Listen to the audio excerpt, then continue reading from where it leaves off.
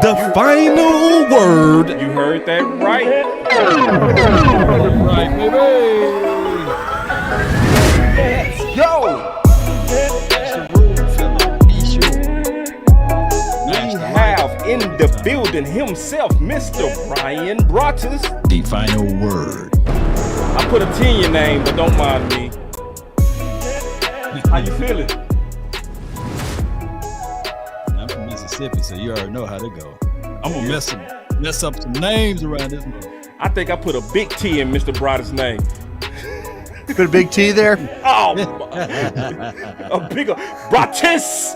How often do you get that?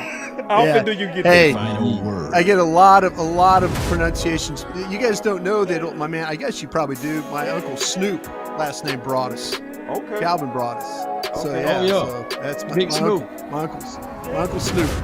Uncle Snoop. All right. final So word. yeah, so we talking about the final word on Dallas Cowboys The final OTAs and Dak's DNA. So we gonna get into all of that and we go, talk good football. We're here to talk football, Sparta.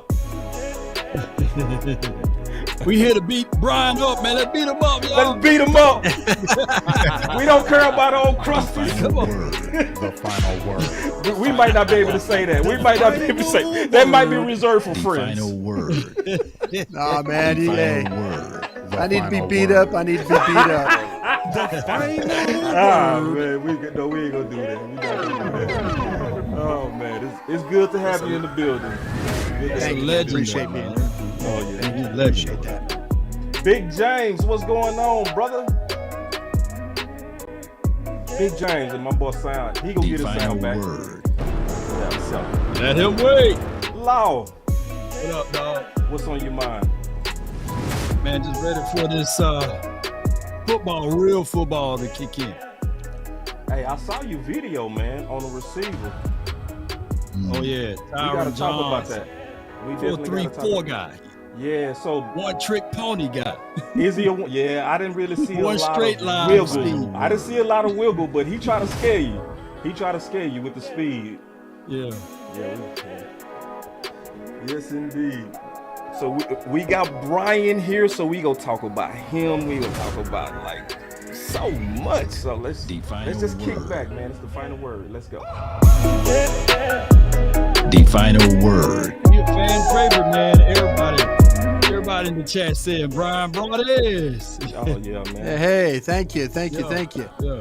I know you probably won't be able to see it from your end, but they showing you a lot of love over here, man. Well, thank you. I appreciate that. Seriously, it is an honor to be with you guys. I kind of backdoored you here, kind of had my spies watching your show, but kind of get involved. Kind of get involved. You guys got some snitchers in your group, by the way. Watch out. We call them shooters. You got They're some shooters. Twitter snitchers in your group. Come on, Watch out. Come on.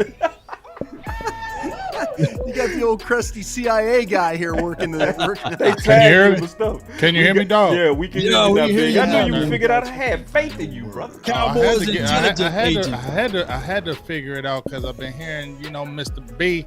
I'm gonna call you Mr. Yeah. B today, like Mr. Drummond, Mr. B. There you go. Appreciate that, man. I'm Tuck in the building. What's up, Tuck? Yeah, what's up, man? What up, J Tuck? Chilling, man. Just working. Just got off the show, jump right back in. You know how we do. Hey, man, it's good to see Time for your mind. everybody, man. It's so Final good to word. see the whole Cowboys family together. Let's talk. We got Tupac and Biggie up in this mug, man. Tupac We got and everybody up in here. Come on.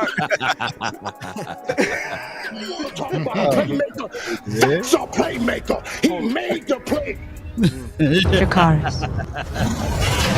Michael Irvin up in this too, man. Hey, we gonna show out. We gonna show out today. We got Bryan Broaddus. We gonna show out with these buds. We gonna act a little phony, just a Hey, little you bit, you just a guys little are bit. busting the budget on me tonight here. What's going on here? Nah, this Full every on day. budget. This every day. We do this every day. We do this every day. Yes, I indeed. like it. Normally, A lot of eye candy here. A lot of eye candy. Hey, gotta put on a good show, right? Hey, Right. Got to. all right, let's get it, y'all. Y'all see Let's get it. that countdown there hit. That's enough for everybody to tune in. Sharing is caring. Come on, y'all. Somebody calling somebody. Mama said there'll be days just like this. All right, we finna kick off the show, so give me 1 second. We kicking it off right now. The final word.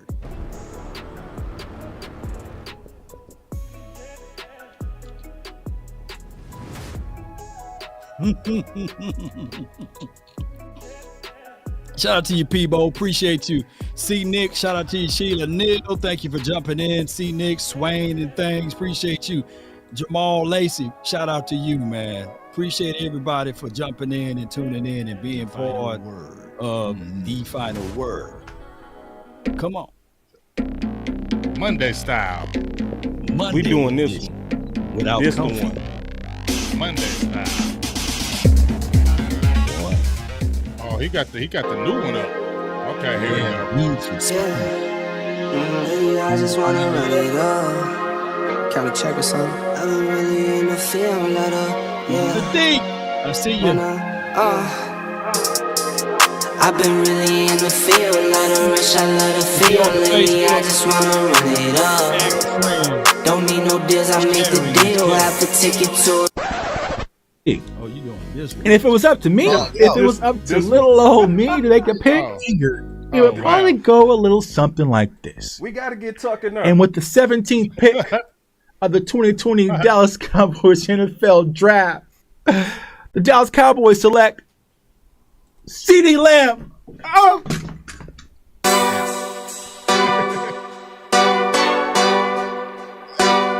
Go home or go home.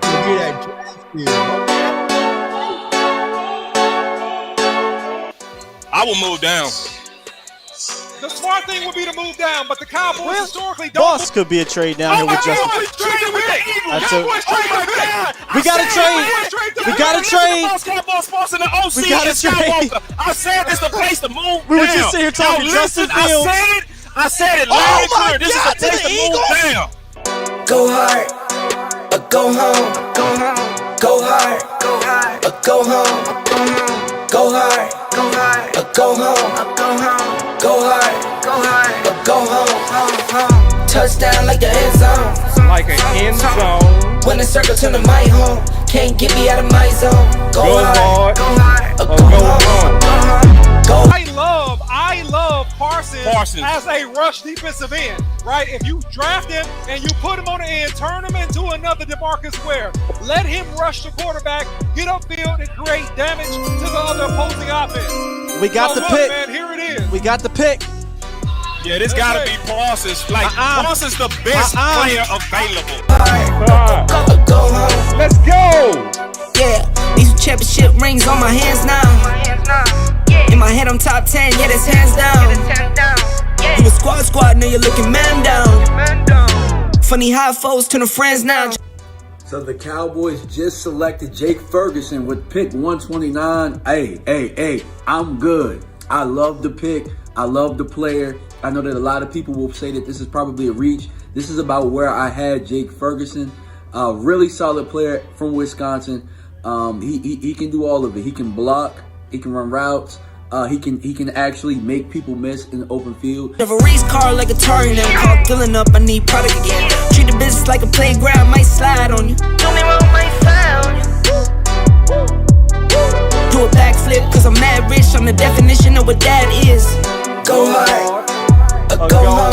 Go hard, go hard, or go home.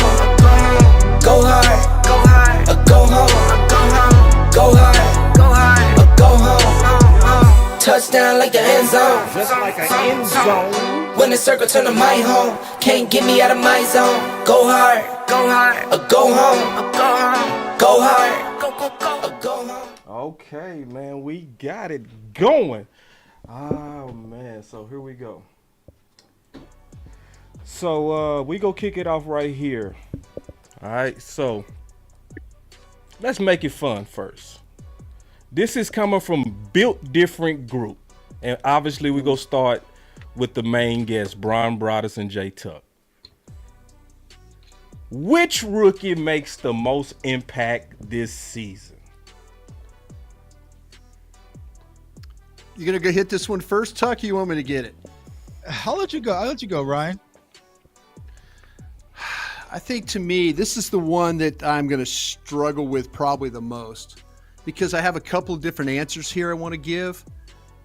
But I'm going to say I think that it's going to be Luke Schoonmaker is going to, because to me, he brings a different dynamic that they don't have with the other tight ends. The other tight ends want to be able to block as a point of attack as well as this guy does. And I think to me, that's where if the Cowboys are going to be serious about getting this ball running again, and I think there might be a little bit of Mike McCarthy, wanting to kind of dial some things back. But the thing with Schoonmaker is you put him at the point of attack. You look at Blake Corum, the way that Michigan ran the football, that ball's going behind that tight end. And I think that when you look at and you talk about the guy, and at the OTA practices the other day, he was the one young player, rookie player that was working on the varsity, like up on the field with the veterans, and everybody else was on the other end.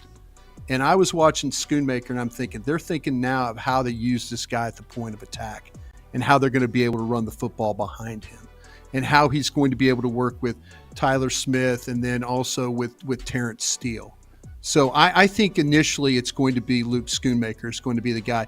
I think he's underrated as a pass catcher, by the way.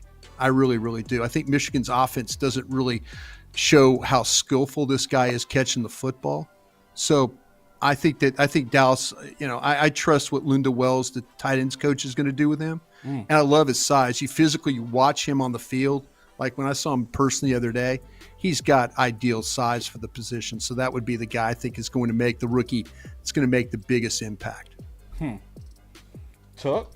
Yeah, that's a good point. But I would say if I had to pick one, right, because like Brian said, there's a few you could pick from. I'm going to go with Mozzie Smith because I feel like the biggest void last year was the Dallas Cowboys with the run defense. So I feel like he's going to be instant improvement from what we had as a rotation alongside with Hankins. So a guy that can play in your interior. And Mozzie even said it himself, right? He didn't pass rush a lot last year at Michigan because that wasn't what he was asked to do. He wanted to do what it took to win. So I just feel like he's going to be able to get to the next level and actually get to the quarterback as well. But most importantly, he is going to help our linebackers stay clean. Most important is guy behind me and Micah Parsons. So if I had to go with a guy out of the rookie class who I think is going to have the biggest impact year one, it's going to be Mozzie Smith. I would go for it. But I think that Luke, like Brian said, is going to get his opportunity to really shine and play.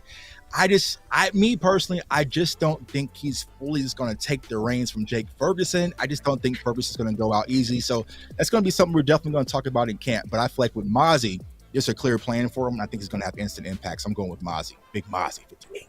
All right, so that's a good one. No, real quick. I mean, it's a really good one. I know talking to some people in the organization, the guy that they really like at the tight ends of all the three is Hendershot.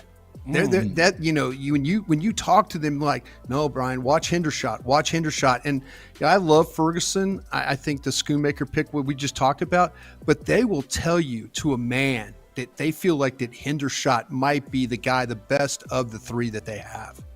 No doubt. And then if you look at Hendershot, before coming out of the draft and before the off the field situation with DV, he probably would have been drafted before Jake Ferguson.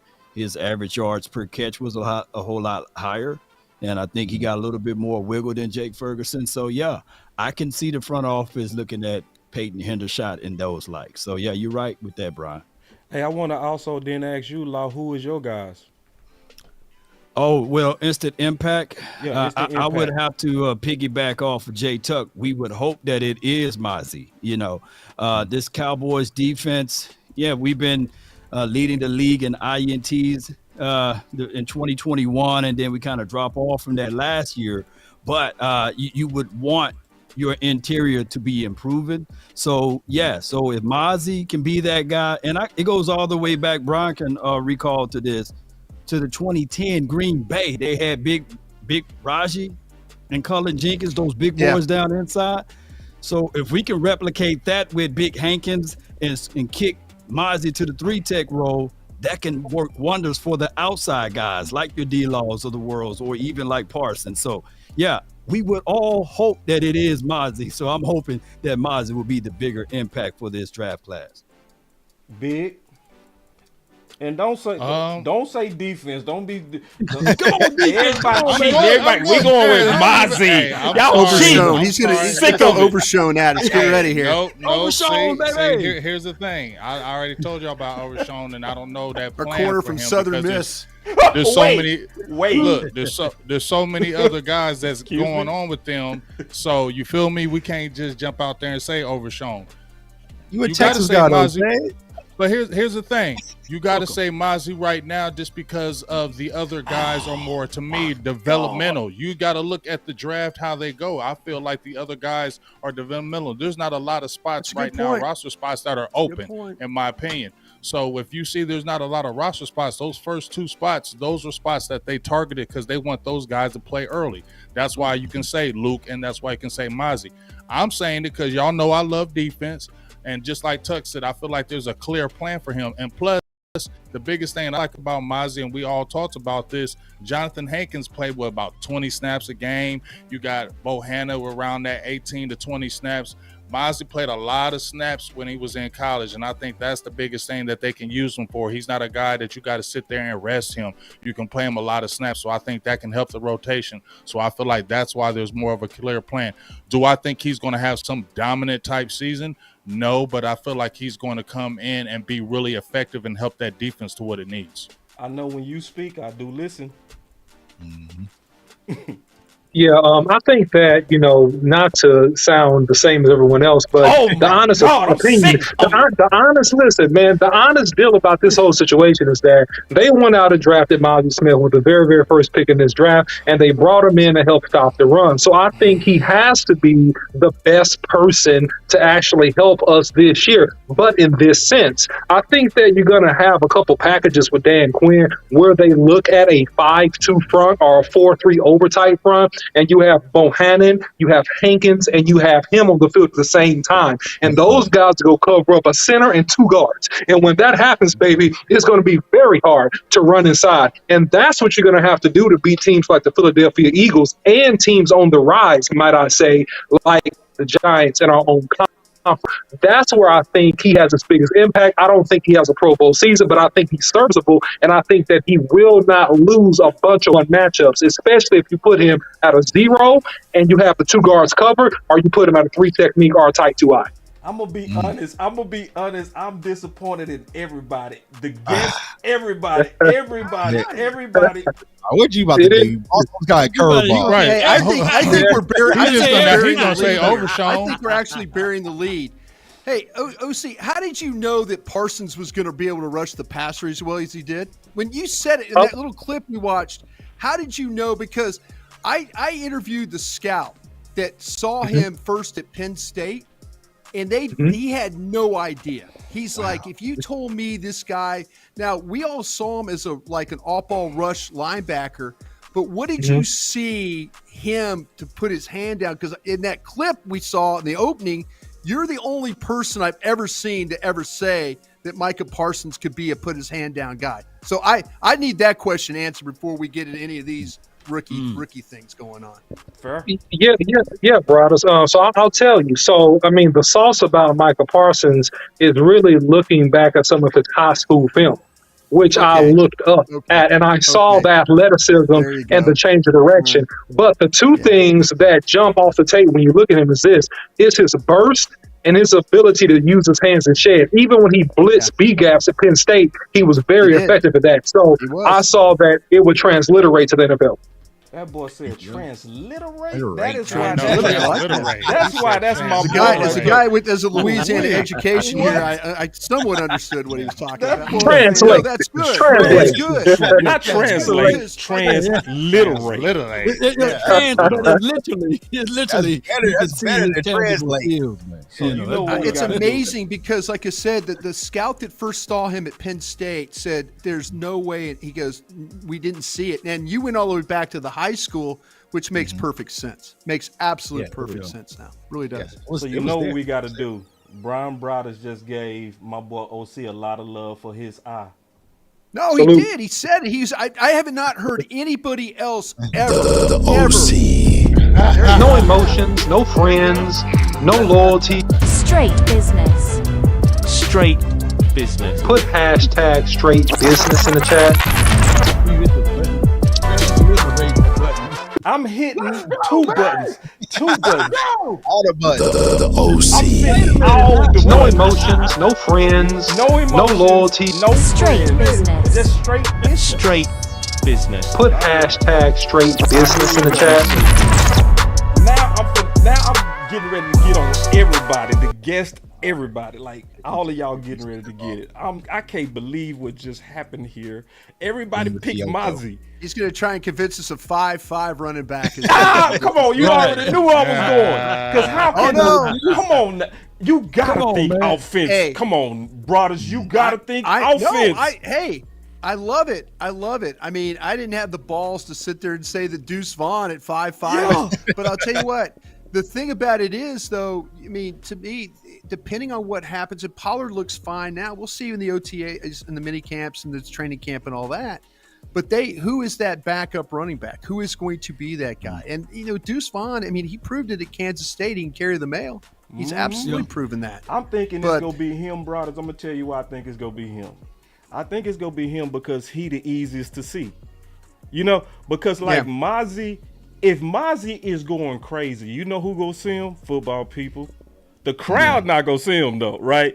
It's the football, they go just lock in on him, in my opinion. But I think the guy that's gonna be in the space, the guy that's gonna rock the crowd, even if he don't deserve it as much, it's gonna likely go to Deuce, in my opinion. And I think the running back room is just kind of an opportunity. Like, I don't think, and I want to hear from all of y'all on this. Jay Tuck, Broaddus, the two special guests. I want to hear from everybody on this. Like, isn't the running back room kind of a vulnerable place right now? Go ahead, Chuck. I'll jump right on in here and say that it's more so of the unknown. It's not necessarily a worse spot, because think about this. Everybody write this down. We were top 10 in rushing last year. And that's without a plan. That's without an action. We ran out of shotgun, and we were the pass rush win rate. We were like at the bottom end of that, like ranked 31st and 32. So if we come up with a plan, if Mike Solari have his guards to pull and get in front of things, and if you give my guy Deuce Vaughn a little space and an opportunity, man, he had just the same amount of yards as Gibbs. Jahmyr Gibbs, Bijan Robinson. So he's right there in the wheelhouse with those boys. So he would not forget how to run. So now all we need is to give that man space. And then we talking about Tony Pollard. He's already out there, and I can't wait for Bryan Broaddus to give us some details of what's really going on with Tony Pollard. And we still have Rojo and everybody else. So this running back core and group may just be even better if we come up with a plan and a strategy and a scheme. Anybody else got any thoughts on this one? Go ahead. I agree with you, Law. I feel like the running back room is the biggest question mark, but I'm trying to pick up on some of the nuggets that Stephen Jones mentioned today in his interview, because he mentioned, Ronald Jones, but he also mentioned Hunter Luepke, who was the kind of quote unquote fullback / running back. So I feel like with Malik Davis, Deuce Vaughn, Hunter, Ronald Jones, who I just broke down film, it's going to be more of a rotation behind Tony Pollard.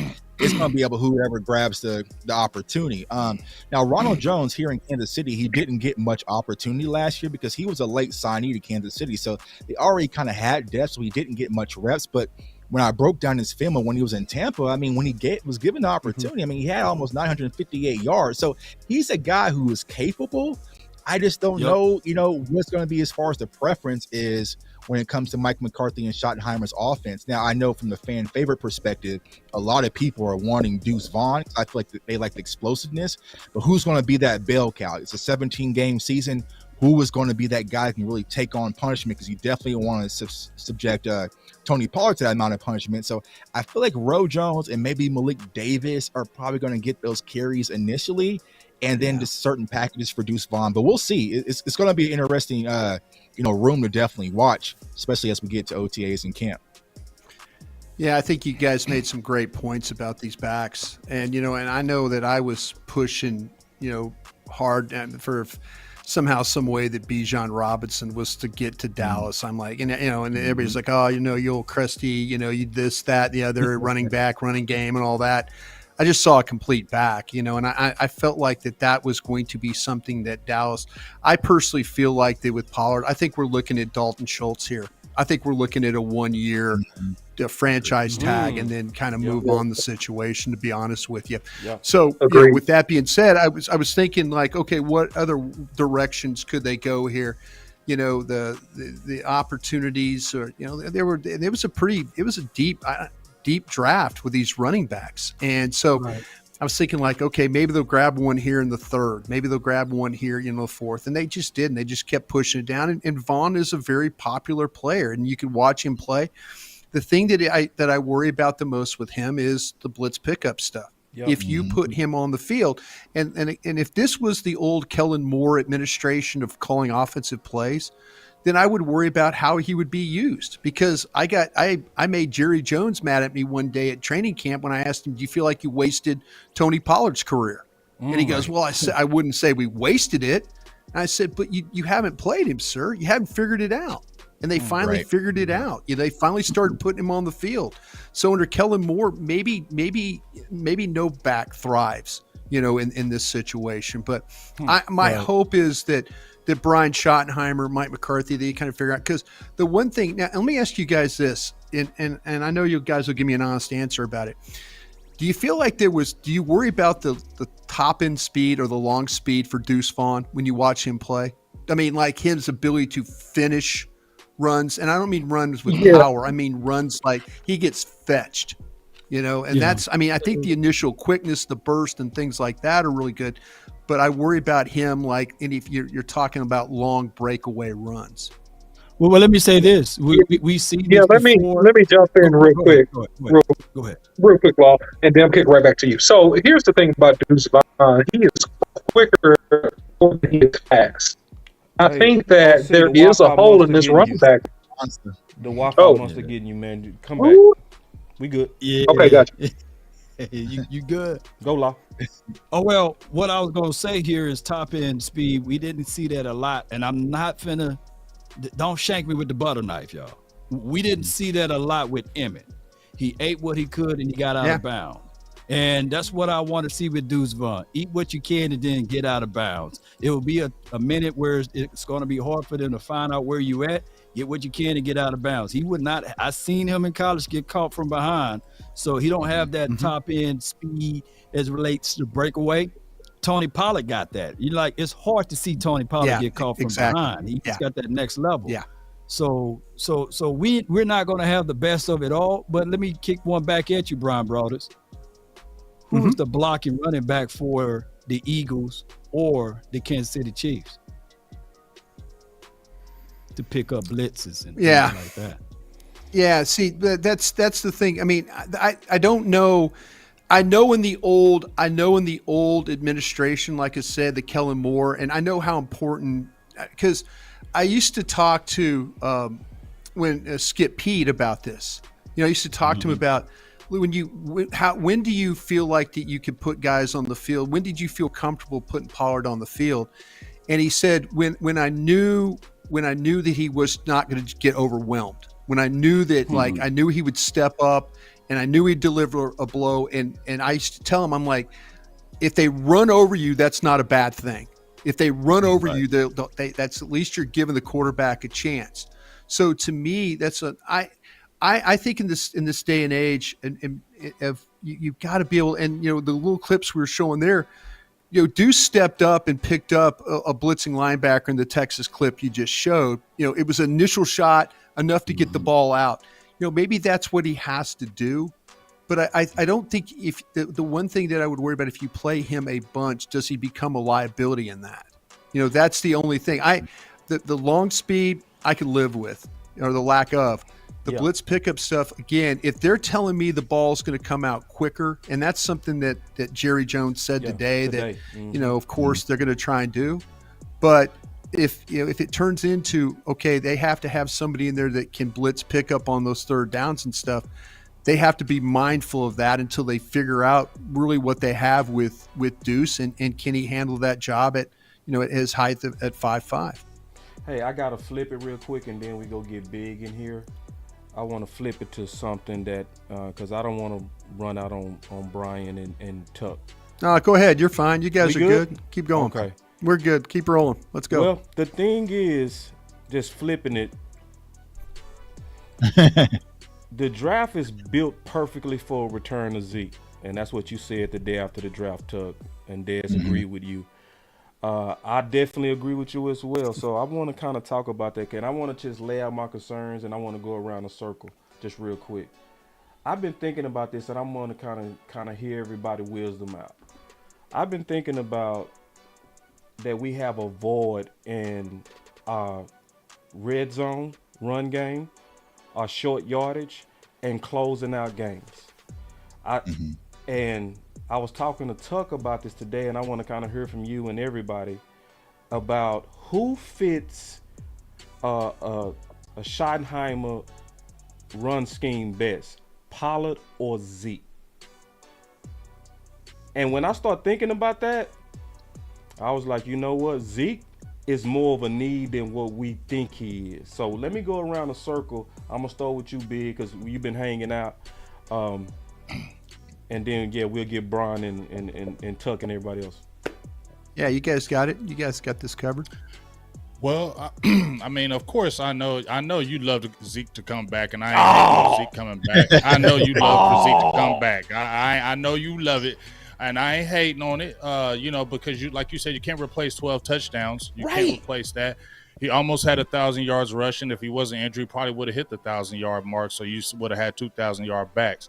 But I'm gonna throw a monkey wrench in it, and I know it probably couldn't happen. But we just got $20 million right on the cap. Dalvin Cook could be possibly released, dog. I don't care. Yeah. If you get a Dalvin Cook, Big. I mean, this. No. Don't you now? Hold on. Let him cook. Let him cook. Hold on. No, let that man cook.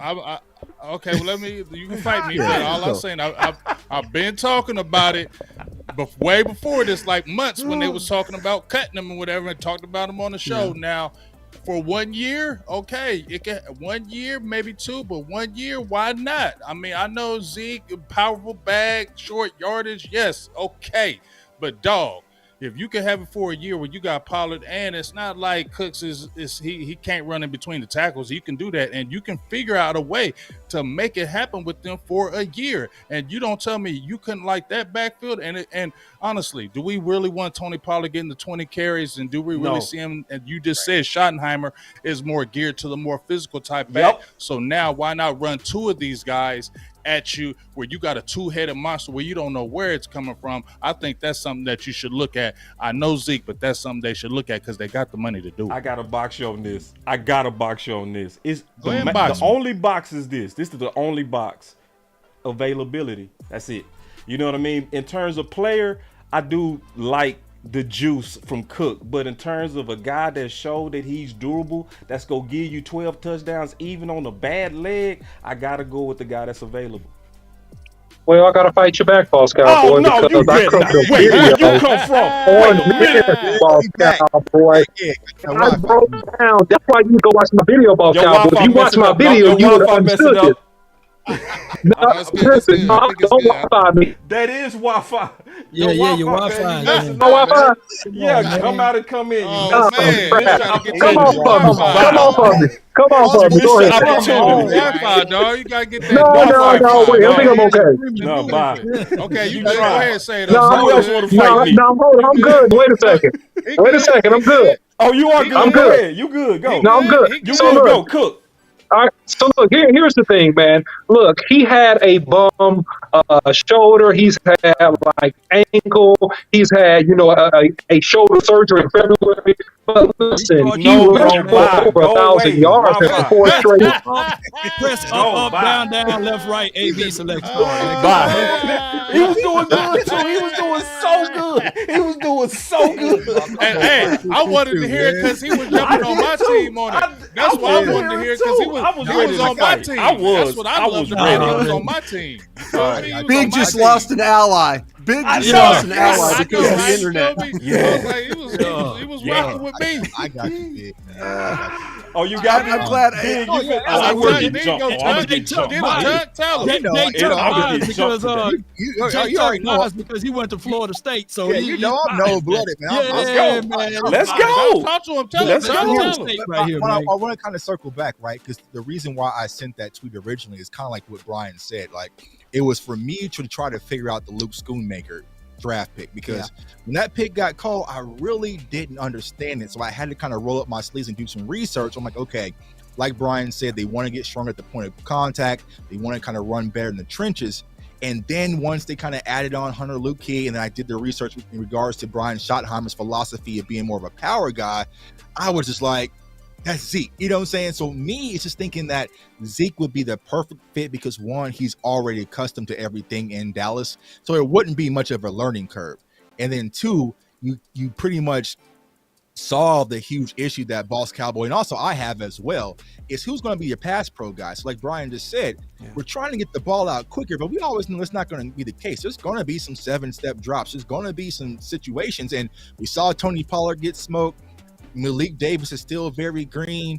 Deuce Vaughn with his 5'5" stature, can he really hold up? So then it really comes down to maybe Ronald Jones. And when I broke down the film on him the other day from Pass Pro, it really isn't there. So that is one of my huge concerns, especially if you're going to do a lot of shifting with the offensive line. You at least have to have a second layer of protection for Dak Prescott. So for me personally, I would like to have Ezekiel Elliott back, but if not, I'm all for getting Dalvin Cook. If I had to pick between the two, though, y'all put me in a really bad situation. You know what I'm saying? But I don't. Go ahead and say you're going to take Cook. 4.5 yards. 4.5 yards a game. 4.5 yards. Let me sell this on a marketing aspect. Don't nobody sell more jerseys than the Cowboys, right? Think about this. The Ohio State, it got a big old O in it, right? Think about Ezekiel Elliott with the number 0 back in the silver and blue with the star on the side of the helmet. He'll make Jerry Jones. Hey, Law, if they sign Dalvin Cook, they're going to have all kind of jerseys. You going to tell me everybody in Dallas land ain't going to be doing flips if they sign Dalvin Cooks? Yeah, they are. Man, everybody, I'm really on my emotions. And big, and big, real quick. Look, here's the thing. Delvin Cook. Every time you switch, I think it does it. Go back to the big. Go back to the other screen. No, boss, it's not me. please. It's you. I think it'll hold better. No, go back to the other screen. Go back to the other screen. Go back to the other screen. It didn't make any difference. No, there you go right there. Okay, let's see. Go. Okay, so look, here's the thing. Delvin Cook rushed for 4,000 yards in 4 straight seasons. Boss, go back to the big screen. Go back to the screen showing everybody. Everybody. Go back to the screen that shows everybody. You think more pictures is gonna work? Okay, go. Yeah, I think that's better. Does that work? No. Oh my gosh, man! I don't know, man. The Lord did it. Okay, fine. Hey, this is horrible. It's okay. This is horrible. The Lord Right. didn't want you today. The Lord didn't want you. But you got some praise. You got some praise earlier. Hey, So man, the Lord hey, man, got you what you want. 4 straight 1,000-yard season. You scouted up Parsons. You deserve all the credit. Yeah, so you got some Whatever credit. happens from here on, you got my vote. Straight 1,000-yard seasons, boss. Oh my God! If they don't tell you to go pay for some Wi-Fi, I don't know what's gonna do it, brother. Hey, man! Don't start that bull crap, man. I paid for so much stuff out here to where I live, man. I paid for so much stuff out here. Please don't start that. Oh, you gonna just don't fuss start at that. me? Don't even start. Don't start that crap. Don't start that talking about pay for Wi-Fi. Don't say nothing about paying for Wi-Fi or anything. I paid for so much stuff, man. Please, man, get out of here. It's working. Oh, it's working. Oh, it's working. He want to I just have to fight Boss Cowboy. I just have to fight Boss Cowboy, then it's going to work. Well, finish your point. Finish your point. Hurry up. Man, look, man, Delvin Cook rushed for over 1,000 yards in 4 consecutive seasons, even though he was injured. He was injured all of this year, and he didn't miss a game, and he rushed for over 1,100 yards. So I'm saying, yes, he has missed 24 games in his career, but overall, throughout his career minus the ACL year, he's been pretty consistent being in the game. Now, you have the issue of Ezekiel Elliott that spoils you, right? Because he misses like 1, maybe 2 games in 7 years. But most backs are going to miss a game or 2 because they're nicked up over the course of a season. We've just been spoiled because we've had Ezekiel Elliott, who's been super naturally durable, in my opinion. Go ahead, boss. Hit the buttons, boss. Hit the buttons. What? Did I do that? Was that me? Yeah, you hating. I mean, good points. No, good points. No, I didn't think you was gonna talk me into it. You actually kind of talked me into it. I really did think you was gonna be able to talk me into it. But no, actually you didn't. You did not talk me into it. Like, no. Talk about you his fumble. You gotta go with Zeke, bro. Let me ask you. We got who Bryan Broaddus here. We gotta ask the insider who actually in the building. What does leadership and Zeke's leadership or a player's leadership mean to the team versus an outsider? No, I tell you what, they absolutely love the player, but I hate to break this to you guys. I seriously was talking with Adam Pacifica, the cap guy. And I said, "Hey man, you got millions and millions of dollars available, ready to go." He says, "Brian, don't even think about it. It's already spent." And I said, "Oh, okay." So there it is. Yeah, I love the discussion. I love the debate about a Cook. I love it. But yeah, the cap guy looked at me and goes, "Don't even ask, Brian. It's spent. It's gone." So that was fun. Don't even think, because I was trying to think. Well, how can we get Hopkins? How could we get? I'm starting to think about all these things, and I'm like, so I just point blank asked the guy, ran into him. I said, "Hey, you got money now?" He goes, "Brian, it's spent. It's always spent. Every year I worked for the Cowboys, 14 years. The money was always spent." Yeah. But he's got stuff coming up with. He's got to figure out the whole thing with Diggs. That's going to be big. He's got to figure out the Parsons. He's got time on Lamb. So he's got some things that he's got to think about. Steele, I mentioned, So there's things that they've already kind of earmarked. They've got this. I saw it one time, this huge spreadsheet, and they've got it already broken out like 5 years. Of what it would kind of cost them to do business. And so I was like, hey, here we go, that kind of thing. So anytime we talk about on the radio or .com or whatever about adding players, I just know in my heart, my mind, as much as I love the debate, it's just not what they're going to do, because they've already got money. They've already got money earmarked for other projects that they're going to have to work on. So that's how I look at that. But I think Cooks would be to me, let me just give you the thing that disappoints me right now about the running back situation is they've got a guy that's capable of being everything that we want him to do, and that's Malik Davis. Mm-hmm. Malik Davis spit the bit on them in the San Francisco playoff game. Mm-hmm. That was a problem for them. That was a big issue. Remember when Pollard went down, what did they do? They went straight Zeke. Malik Davis never got a sniff, never showed up. And that week leading up to the game, there were some questions that Malik Davis had about, hey, am I ever going to get a chance? Why work hard? Why do this? Why do that? And the staff got to the point where they were like, okay, fine, we'll play with who we need to play with, and that was it. That happened the week of the 49er game, and he didn't get the opportunity. And he is the one guy that when you watch him play, he's got the power, he's got the finish, he's got the ability, the wiggle, and the elusiveness to his game that you're like, and we were screaming. I know Zach Wolchuk and I were doing the post game, and we were like, why did Malik Davis? And then once I dug in, it was like there was a lot of questions about that going into that game, and that's why he didn't get the sniff. So maybe things have changed. Skip Pete moves on. You got a new running back coach, new offensive. Right. Some things have changed. Maybe Malik Davis, all of a sudden, that was the wake-up call that all of a sudden we're looking at it now and like, we don't need to worry about the back situation because Malik Davis his mind has changed. He's focused. He's ready to play, and here we go. Wow. Who's the new running back coach, by the way? It's the guy that was the former offensive line assistant, Blasco, Jeff Blasco. Is it? Yeah. Now don't. This is one of those times when you go, oh wait. Offensive line coach becomes running back coach. Yeah, it's a different room, man. That's one of those things. That's a room you don't want to walk into. That's a character room right there. A bunch of guys, a bunch of egos and stuff. So Blasco's going to have his hands full. But I remember when being in Green Bay with Andy Reid. Andy Reid was a tight ends tackles coach, and then he became the quarterback coach. So I mean, he was coaching Brett Favre.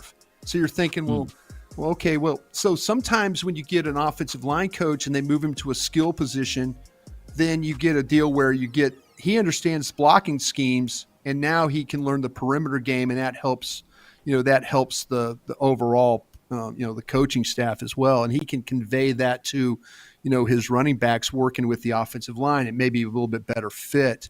But yeah, it's McCarthy, and I was sad to see Skip Pete leave. I had a relationship with Skip, but he's off, and Jeff's going to try and do just as good a job as Skip did. But also too about Zeke, I just think that all Jerry talks about is potential, bringing it back, bringing it back. I just don't. I think that everybody else in the organization is moved on. I think they've all moved on, and and I think that's where we're at right now when it looks with Zeke. No doubt. So everybody hearts just dropped like. Yeah. No. Well, I mean, I didn't mean to be the bearer of bad news. I just think, hell, I was trying. I was sitting Roschon Johnson. I was sitting there screaming, in the draft. I'm like, please just take Roschon Johnson here. I'm just kind of going on and on and on, and everybody's looking at me on the draft show like, shut the hell up, Broaddus. They're not going to take him back here, and then it worked out with Deuce. But I just kind of feel like the X factor, if you want to say that, and I hate when I say that, but I just said it. When you talk about a guy that we're kind of not talking about, it might be that Malik Davis. It might be him that all of a sudden the change with all the staff and a new OC might put him in a little bit better position this time around.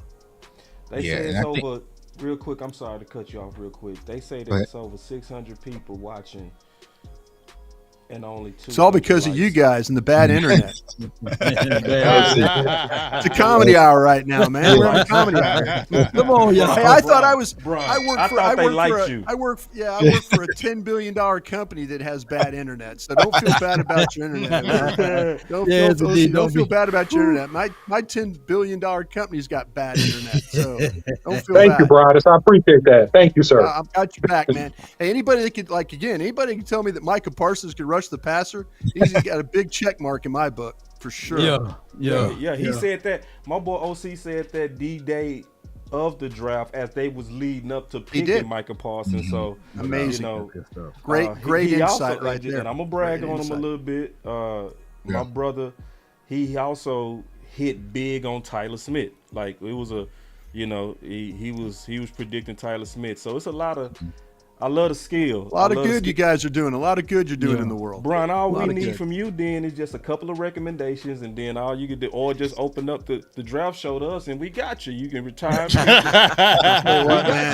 I'm trying to get. Hey, if you guys want to take that thing over, man, go at it. I mean, it's a lot of work, a lot of fun. We trying to come underneath your wing. We gonna be like, hey, man, you guys are doing fine. You don't need me. We do you guys out on the lake. We got 600 people watching because you just said you tweeted. I want to talk to Boss and Jay Tuck, and 600 people have showed up. That's how powerful. No, I'm just playing. I appreciate it. I will say though, it does hurt though knowing that Malik Davis didn't get carries in the playoffs because of some in-house friction. Because sitting out there at the game in San Francisco when Tony Pollard went down, that's crazy. First I felt sick. That's the story. But I was like, all right, that's the story. Let's go, Malik. And it's just like, all right, let's go, Malik. Like, and see, you wonder sometimes what happens to these players, and then you learn after the fact, and you go, really? And they're like, yeah, it wasn't. There was some questions on both sides, and that's the kid didn't get the chance to play. It's a shame.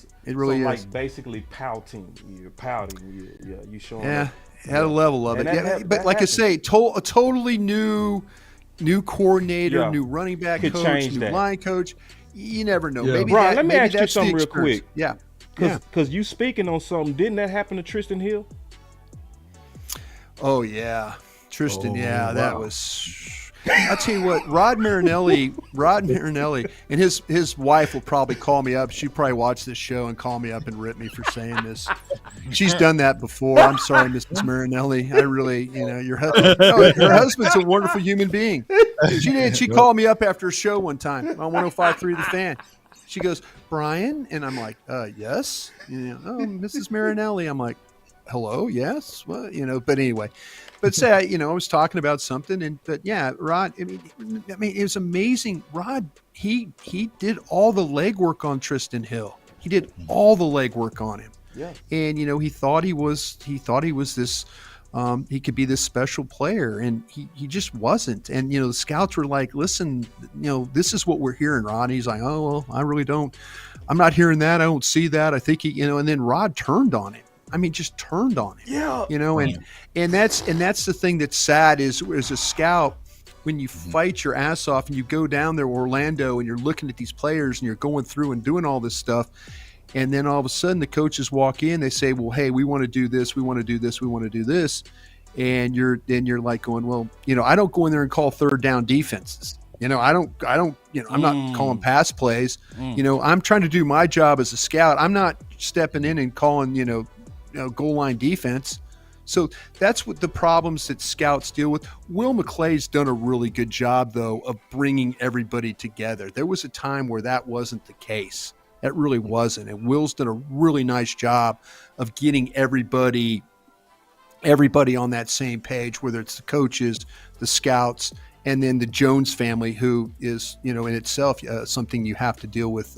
But Rod, going back on Tristan, Rod, he loved the player, and then he turned on the player. And then that's where, again, as a scouting department, you go, damn, we had the guy right. We had him right. We just, we went the wrong way on the pick. So then Tristan really just lost his sponsor in-house, right? Because nobody really had his That's backs. it, man. Hey, you've learned the word right there. When you lose your sponsor, you got I lost my sponsor working in the scouting department. Larry Lacewell had enough of Bill Parcells. I didn't have anybody to defend me anymore. Wow. And Bill and I go way back. Bill and I go all the way back to 1992 when I was in Green Bay. Had a great relationship. Glad he came to the Cowboys because we were going the wrong way. And I got to the point where I was fighting him every damn day. But I also, the Joneses, Larry protected me to the Joneses. And Bill, once Larry left, once Larry quit, then I was the next one out the door. Now that's not Bill can do whatever he wants, but you lose your sponsor, you got no chance in a building. You really, really don't. Wow. Woo. Right. So basically, life is chance and who you know. Yeah. But that's like I said, I did a talk. I didn't mean to be like taking over the show or anything, but I did a talk I did a talk with a media group, these kids at college here in Dallas. I did a talk, and they're saying, it's a media group, and they're like, oh, well, hey, Bryan Broaddus, DallasCowboys.com, and they're saying all these things, and the first thing I say is, guys, there's not one thing I studied in school that got me my job. Not one. I'm sorry, I don't mean to. And then the professor looked at me like, "Oh, that's great, Brian. You're supposed to tell these kids that." I'm telling, but I tell the stories about me being a scout, and then losing opportunity, and then one door closes, another one opens. But that's how it happens. You go from these, you go from getting let go to like, hey, would you like to talk about this stuff? Yeah, but there's sometimes there's none of this stuff that they're studying in school ever gets you a job. It's just sometimes it's right place, right time. People trust you. They trust you can do the job.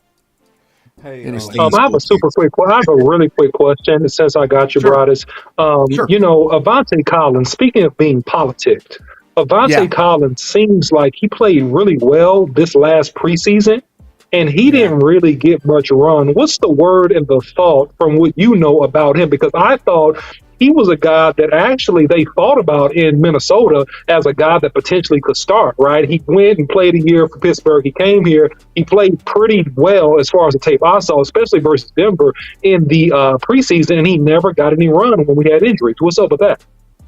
Yeah, I didn't really have a real story about him or anything where anybody was telling me that, this guy, we're missing on this guy, or this guy has I mean, there's a lot of times when you do this, and the more you guys do this, you'll build your sources and stuff like that. The more people you talk to that like, hey, why did this happen? Or why did that happen? Mm-hmm. But they never really ever said anything negative about the player. So, I mean, it was one of those things like, okay, maybe that's, they make decisions and stuff like that. We all know that, but sometimes these players cut themselves. Yeah. Sometimes they just cut themselves. In that case, I really wasn't kind of thinking about, when you ask, it's like, well, it wasn't anything, and it wasn't anything terminal or anything like that. Just didn't have the fit there. Yeah. All right. Since we asking all of these good questions, so what was the storyline on Jabril Cox? Why did he get a playing time? What was going on with okay, quick, I want to be courteous too. He has 2 minutes. He got No, I'm good, man. Let's keep rolling. I'm fine. This might be the last show I ever do. I'm on the table tomorrow for a heart procedure. We'll see. This might be the last one I ever do. Yeah. I want to go out on a bang. But no, the thing about it is the thing. I just think that to me that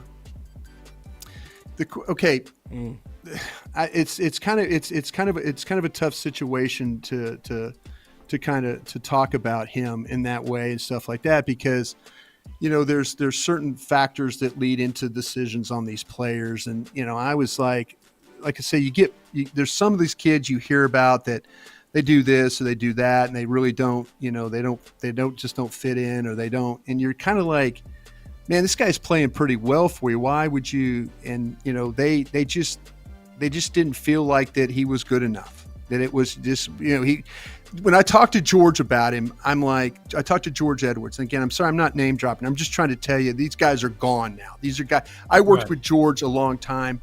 And, I knew Jabril from LSU and all that. I knew his story, so I was so happy that he got a chance to go. And George was telling me, he goes, listen, Bryan, every time it's like one step forward, 2 steps back, and you put him out there, he's known for being able to cover. He's been able to know that, he can play. He was okay playing the run. He tackles well enough. He's, he doesn't bust his assignments and things like that. But every time that they gave him an opportunity, he would, okay, we're seeing it here. We're seeing he's flashing. Here we go. And then it's like 4 or 5 plays or, reps or whatever. And it's like, man, this guy's just not getting it. He's not picking it up. He's not where he needs to be. And that's the big, and we'll see. I mean, in the OTAs, he's getting a lot more work now than he was before. So maybe the more work and maybe the knee is coming around to where he's feeling better about it, and that will lead him to better plays. But talking to George, George to say, hey, I love the kid. I just can't get him to pick up everything that we're trying to do, and get him out on the field enough for us to be able to feel comfortable using. And coaches won't play kids unless they feel like that they know exactly what's going on. Good point. Big. Yeah. Well, no, I was just saying because he said he well, I had been talked about that with Jabril Cox. I had one of my guys on my show. His name is Mike White, and we had been talking about Jabril Cox, and that was the thing, that why was he not getting on the field? And they were saying he was not grasping the language of the defense. He wasn't the concept. It was not. It wasn't processed. He wasn't processing the information fast enough, and they didn't feel comfortable. But I also feel like you just mentioned, Bryan, that knee. The first time I saw him in camp, I saw him still favoring that knee, and I just felt like he still didn't have the confidence in that knee, and to compound him not catching on with the language and the verbiage, and then you still kind of favoring that knee, because I saw it in camp. They probably were just like, we don't have the confidence to put you out there because this speed of the game is going to be just too fast and we can't have blown assignments. So that's why he's probably like the way he is. But hopefully it comes in. But like you said, you got DeMar Overshown, you got Devin Harper. All those guys are trying to really prove themselves. So the clock is ticking on him. No, there's no question. You're absolutely right. And your source, or the gentleman you talked to, was exactly right about what was said about Cox, and and they're hopeful. They're hopeful again. There's another position where Scott McCurley, who was the assistant linebacking coach, is now the full-time linebacking coach, and I'm sure that he worked with Jabril Cox a lot. When sometimes the backup guys work with the assistant coaches or the backup coaches, if you want, to the position coach, and so maybe Scott has some way of getting to. I hope he can get to Clark and Cox and get those kids playing like they did at LSU. Real quick, I want to jump in and just kind of ask, what do everybody see as a potential pitfall to a championship with this Dallas Cowboys? Because it's a lot that's coming together. I will start. My first thing that I would say that I see as a potential pitfall that could hurt this team from winning a championship would be, first, I would say politics. I think that's one of the last little humps that we got to get over. But then I would also say the running game. I would also say the running game in terms of red zone. That would be my major thing, the red zone, as well as how do we close our games. But that's it, And when I say politics, I want to be very specific. And I want to kind of talk to you about this too, Brian. It seems to me, and maybe you can talk me out of this, but it seems to me that there's a philosophy of prioritizing the draft picks over the free agents, right? And I understand that it's a business, right, to where you're trying to save on the cap by investing into your own guys. But I do believe that every now and then Steven overreaches, like to where he overbets and over pushes for those draft guys to where competition can't have its natural way.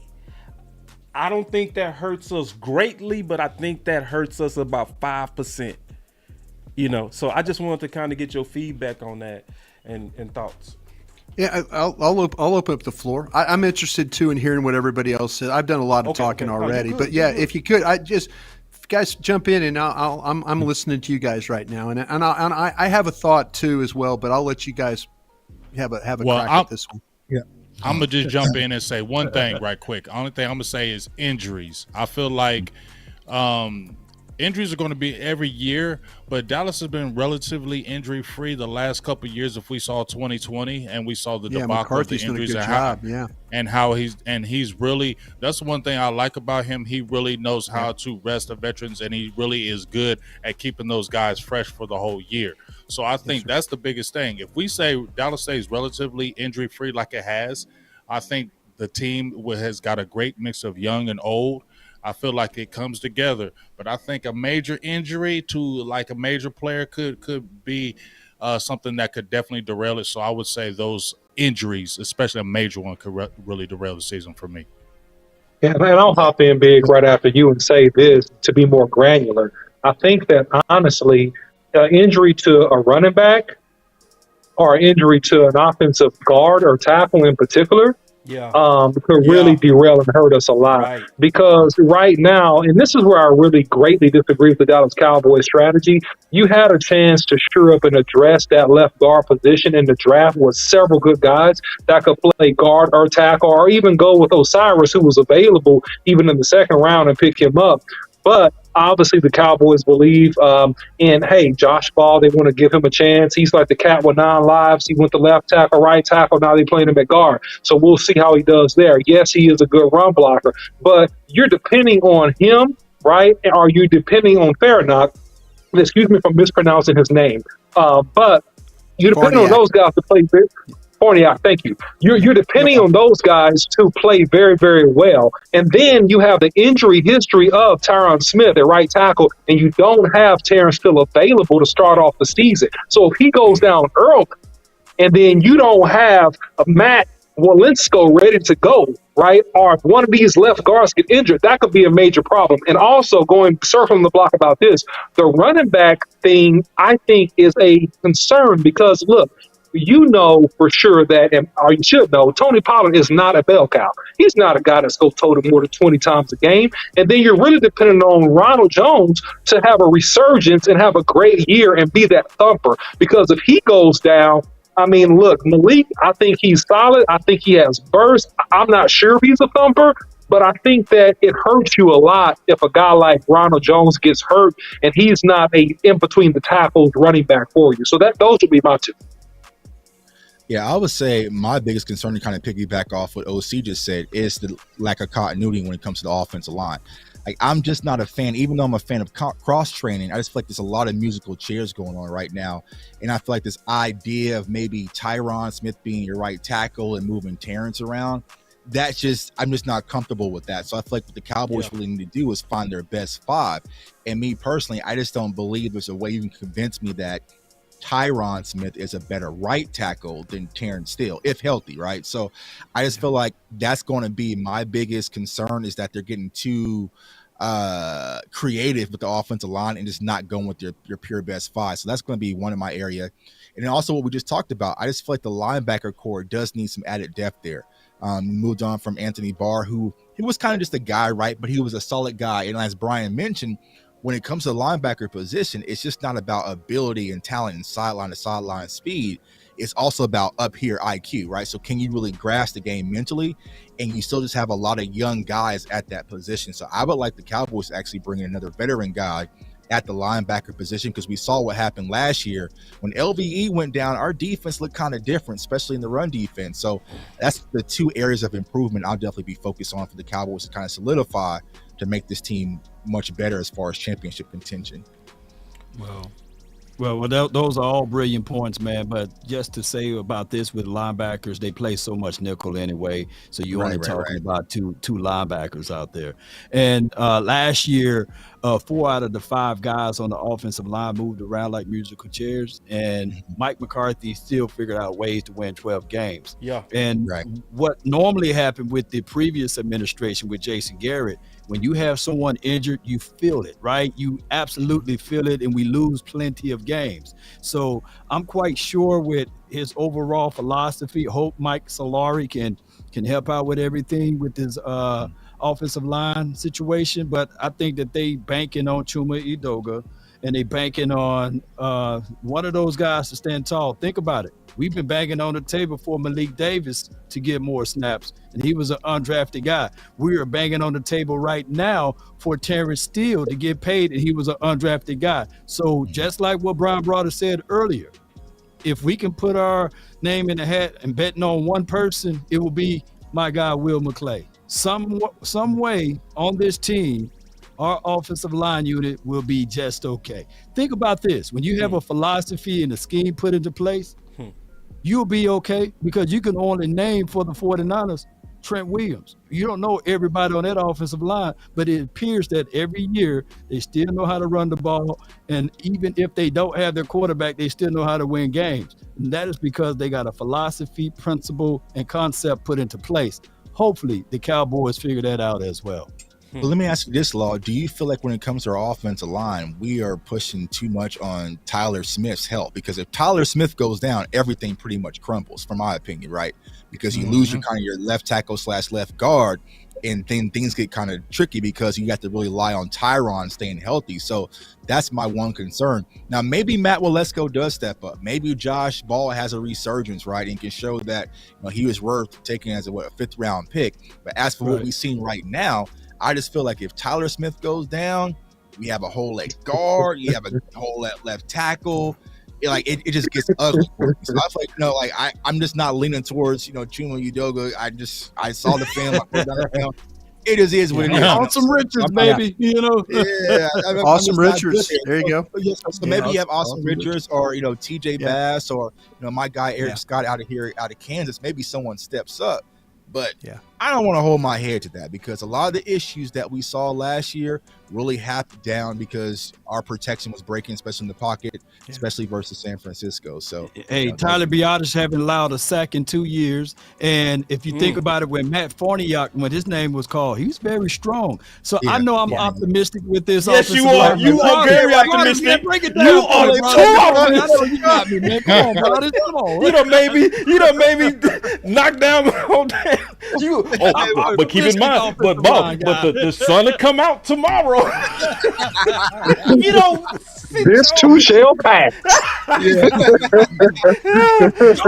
man. In the morning. He helped Joshua fit the battle of Jericho. Yeah. He helped Hey, real quick. Hold on. Hey, I love it. I do. We get ready to give our final words. I'll tell you this though. Can I say something real quick about what I think about this rule? And I'll try.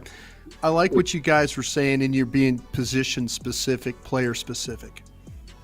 I think there's been the thing that might derail this is there's too much turnover on the offensive coaching staff. Okay. New play caller, head coach, new OC, new offensive line coach, new running back coach. To me, the teams, and it's the total opposite of what's going on the defensive side of the ball. Right.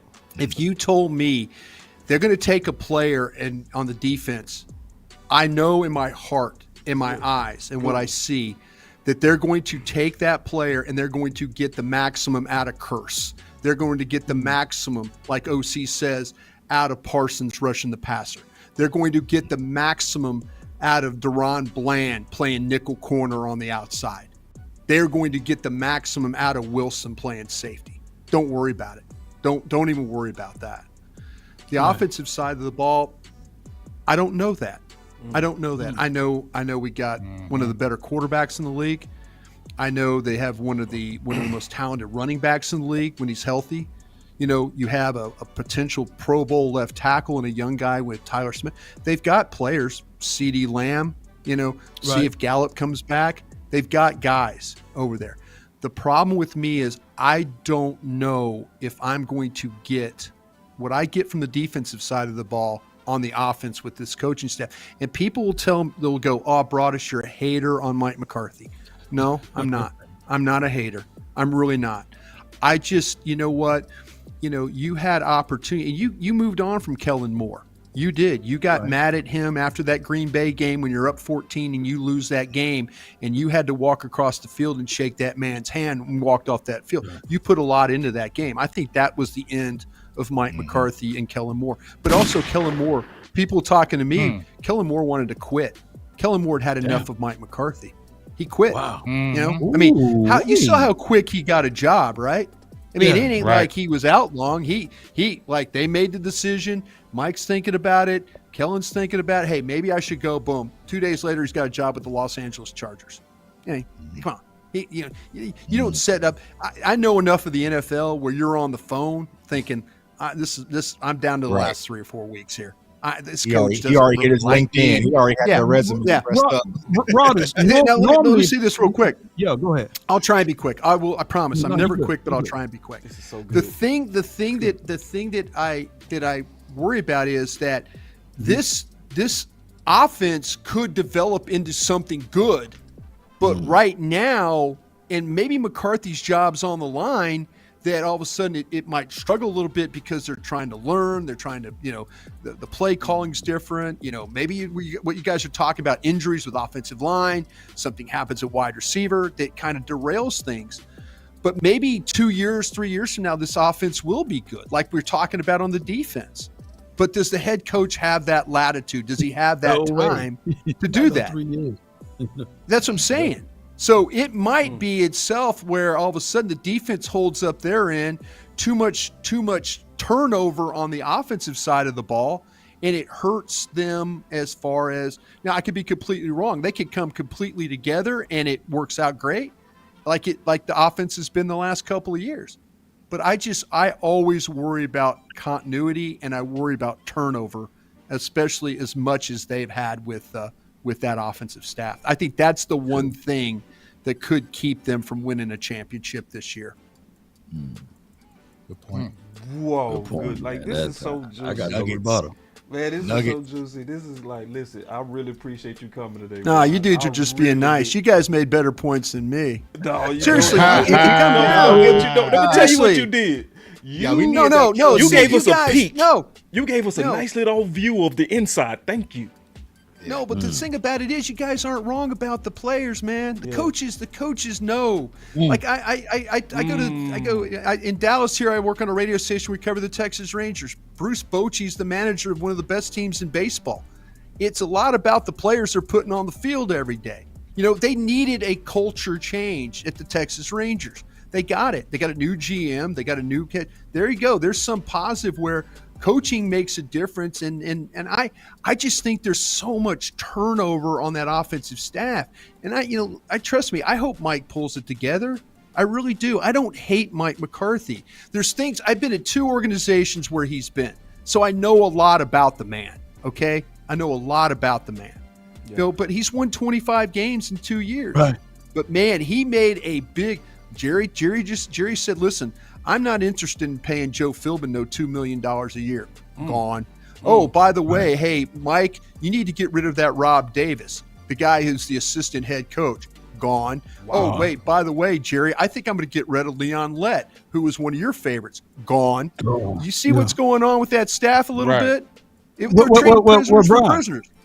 Wasn't he just pissed off when he had to come out and say, if you install it, you call it, right? And he literally said, I don't like the digit system. I don't like those comeback. He doesn't. For us He to doesn't. see it again. He doesn't. Let's see it See, that's again. what I'm saying. Like Dak, him and Dak, it's like, I'm really not a fan of these option routes. I'm not a fan of the option routes. But you're letting the man call plays with and then Dak has to come out and say, whoa, wait, I like the option routes. You don't see what, and I'm like, oh, wait a minute. We just fired Doug Nussmeier. Wait, Dak really likes Doug Nussmeier. Oh, by the way, Scott Tolzien, you're the new quarterback coach. And all of a sudden you're like going, wait, there's so much going on here. There's just too much going on. And maybe Dak and maybe Tyler Smith and maybe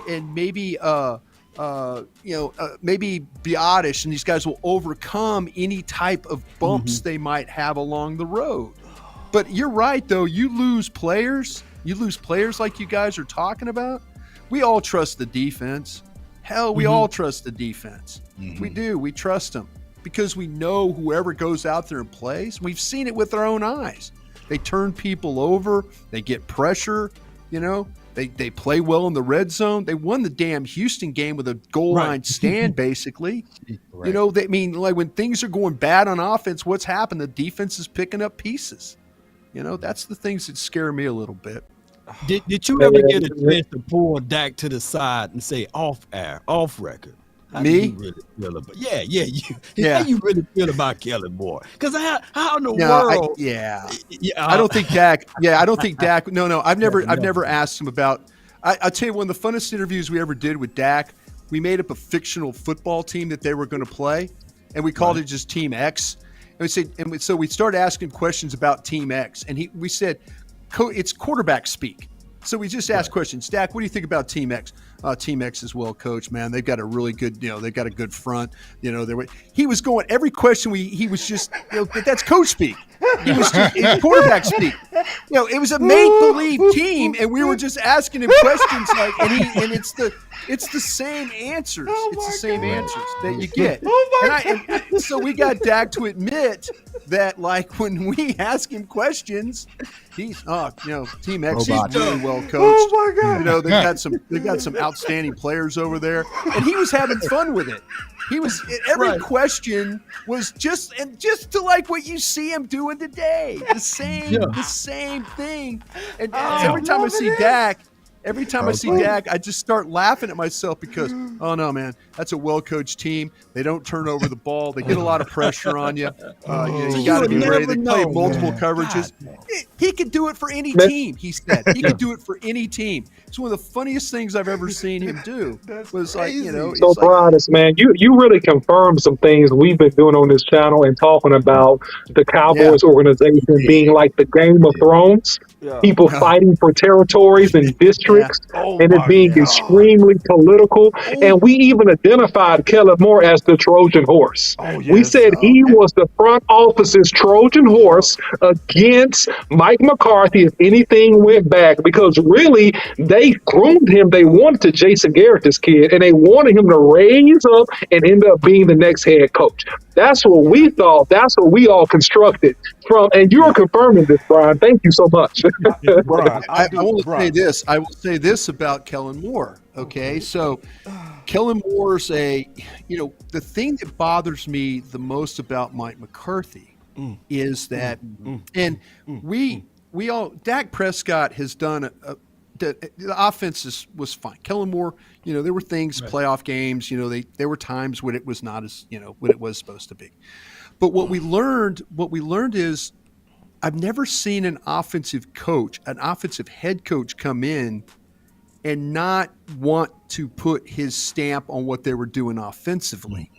He came in and said, "Oh, okay, Kellen's fine. Yeah, okay." See, to me, if Mike was really in that Wisconsin farmhouse, and trust me, 5 years, I've seen a lot of Wisconsin farmhouses living up there for 5 years.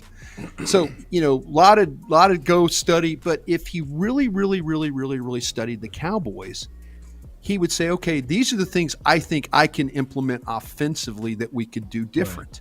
But I never got the feeling that it was, even Mike had that big play sheet in his hand. Maybe he clicked over and said, "Hey, Kellen, 4th down, you got to have something ready." I think he just let Kellen Moore call the game. I think he really did. I think he stayed out of Kellen Moore's way. But it was kind of just strange to me to have an offensive-minded head coach that didn't come in and put his stamp on the offense. It wasn't. He admitted that he had problems with certain parts of the scheme, but we continued on with certain parts of the scheme. And now he's going to get the opportunity. But I think this is going to be. This is what you do on the radio in June when you have the show and you have to talk about 5 hours of filling time. You talk about June things, and what you do is you go prediction. Here's my prediction: Week 6. Brian Schottenheimer's calling plays. Week 6. That's what you do. You throw something out there and like, oh, hey. But you throw it out there. I'm loving it. Yeah, you throw it out there, but you're thinking like, this the real. Okay, after, like I'm saying, like there's going to be a point in time where all of a sudden it's like, well, I think Brian will handle the play calling well, and I think, because you're like, I don't think Mike really wants to call plays. I really don't. Yeah. I don't. But this is the inverse of what happened with Kellen Moore, though, in my opinion, because he knew that Kellen Moore was immature. He knew that Kellen Moore didn't do certain things well, so he gave him enough rope to hang himself because he made the deal and he took the big contract, knowing that Kellen Moore was the only holdover, right? And so he just gave the kid enough room to hang himself. And then now he brings in his own guy, or has his own guy actually in the background for like a year or two, and then he's going to replay the same thing and put it on the offensive coordinator. That's so strange. That's odd. Game of Thrones. Great insight, though, Brian. Game of Thrones. Yeah. Well, no, this is the thing, though, too. This is the thing. And what you got to hope is that Brian Schottenheimer was working with Dan Quinn and those guys studying other offenses, like the opponents. And I was talking to some players about this, the defensive players.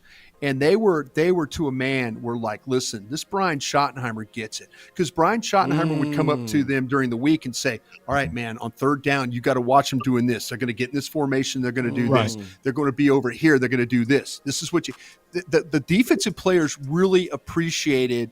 Brian Schottenheimer took that Ben McAdoo position and made it even better, where he took it, he made it an advancement to where the defensive players really appreciated his effort. Where they're like, damn, this guy really is getting it done. So to me, that's where my hope is that Brian Schottenheimer may be studying other schemes, Philadelphia, San Francisco, Cincinnati, all those opponents that you played last year. That's my hope that, and John Gruden was telling me one time, he goes, the best coordinators, Andy will tell you this, Andy Reid will tell you this, the best coordinators learn how to steal stuff from other coordinators. Yeah. They learn how to steal. True. Love it. The best offensive coaches steal from each other. And I hope they steal a screen package from somebody. But, Right. damn, For real. we need to try. Yeah. But that's where I think that if Brian Schottenheimer could help Mike McCarthy, it will be, hey, this is how we need to teach the game plan or implement the scheme, and then teach the game plan and all that. So that's my hope. But man, to circle back, everything we talked about. I'm sorry, just again rambling on here. I'm loving it. The thing you got to know is that the turnover is big, but maybe this will help McCarthy kind of get back into that, because you watch him watched him the other day at the practice. He's got the walkie-talkie. He's talking to Dak. He's the one calling the plays. So let's see if, in fact, that he could get back on that horse, after all these years of not calling plays, and that Brian Schottenheimer and these guys can put together a game plan where we all kind of feel like, okay, the offense is holding up their end of the bargain here. They're not just completely leaning on the defense to win these football games. And let me throw this at you, Brian. I'm sorry. I don't mean to cut you off. I'm sorry. I don't mean to cut you off. Go ahead. I got to kick Bryan Broaddus out. I have to. I got to. No, man. This is a little bit more. We'll go a little bit more. Go ahead. Get your question. Hey, we haven't even talked about my DNA crap. The only reason I'm on this show is this damn DNA stuff. I know, but you got surgery. Tuck's been waiting. Let's go. You got to have surgery. Give him overtime, man. Come on, man. They don't even care. They like he might die tomorrow. We don't care. We want to hear about the Cowboys. No, man. Y'all got to think about this man. No, we're praying for you, Brian. Man, you're not gonna die, bro. If this was the last, Ron got surgery tomorrow. It was a pleasure. Surgery got Brian. You know what I'm saying? You're not gonna die, man. We got you, man. I'm trying to kick him out. Tuck didn't like my DNA. Part. Let's go. Let's go. All right. Let's go. Let's do it. Let's go. All right. So who first? I'll say this about the DNA. I'll say this about the DNA, and I think it kind of comes to, when I look with Dak and I talk about Dak. Again, I don't hate players. I really don't. I try and be fair about it if they play well. Terrence Steele's a great example. I'm throwing dirt on the kid. I've never been more wrong about a player. I've been wrong about players, but I was really wrong about that kid. Yeah. The thing with Dak to me, and the DNA comment that I made is, and this was going back on Love of the Star podcast, and I've said it on DallasCowboys.com before and stuff like that. The thing with Dak is, though, Dak in his body, it's not about the turnovers or the interceptions. He's not, to me, I don't see him changing.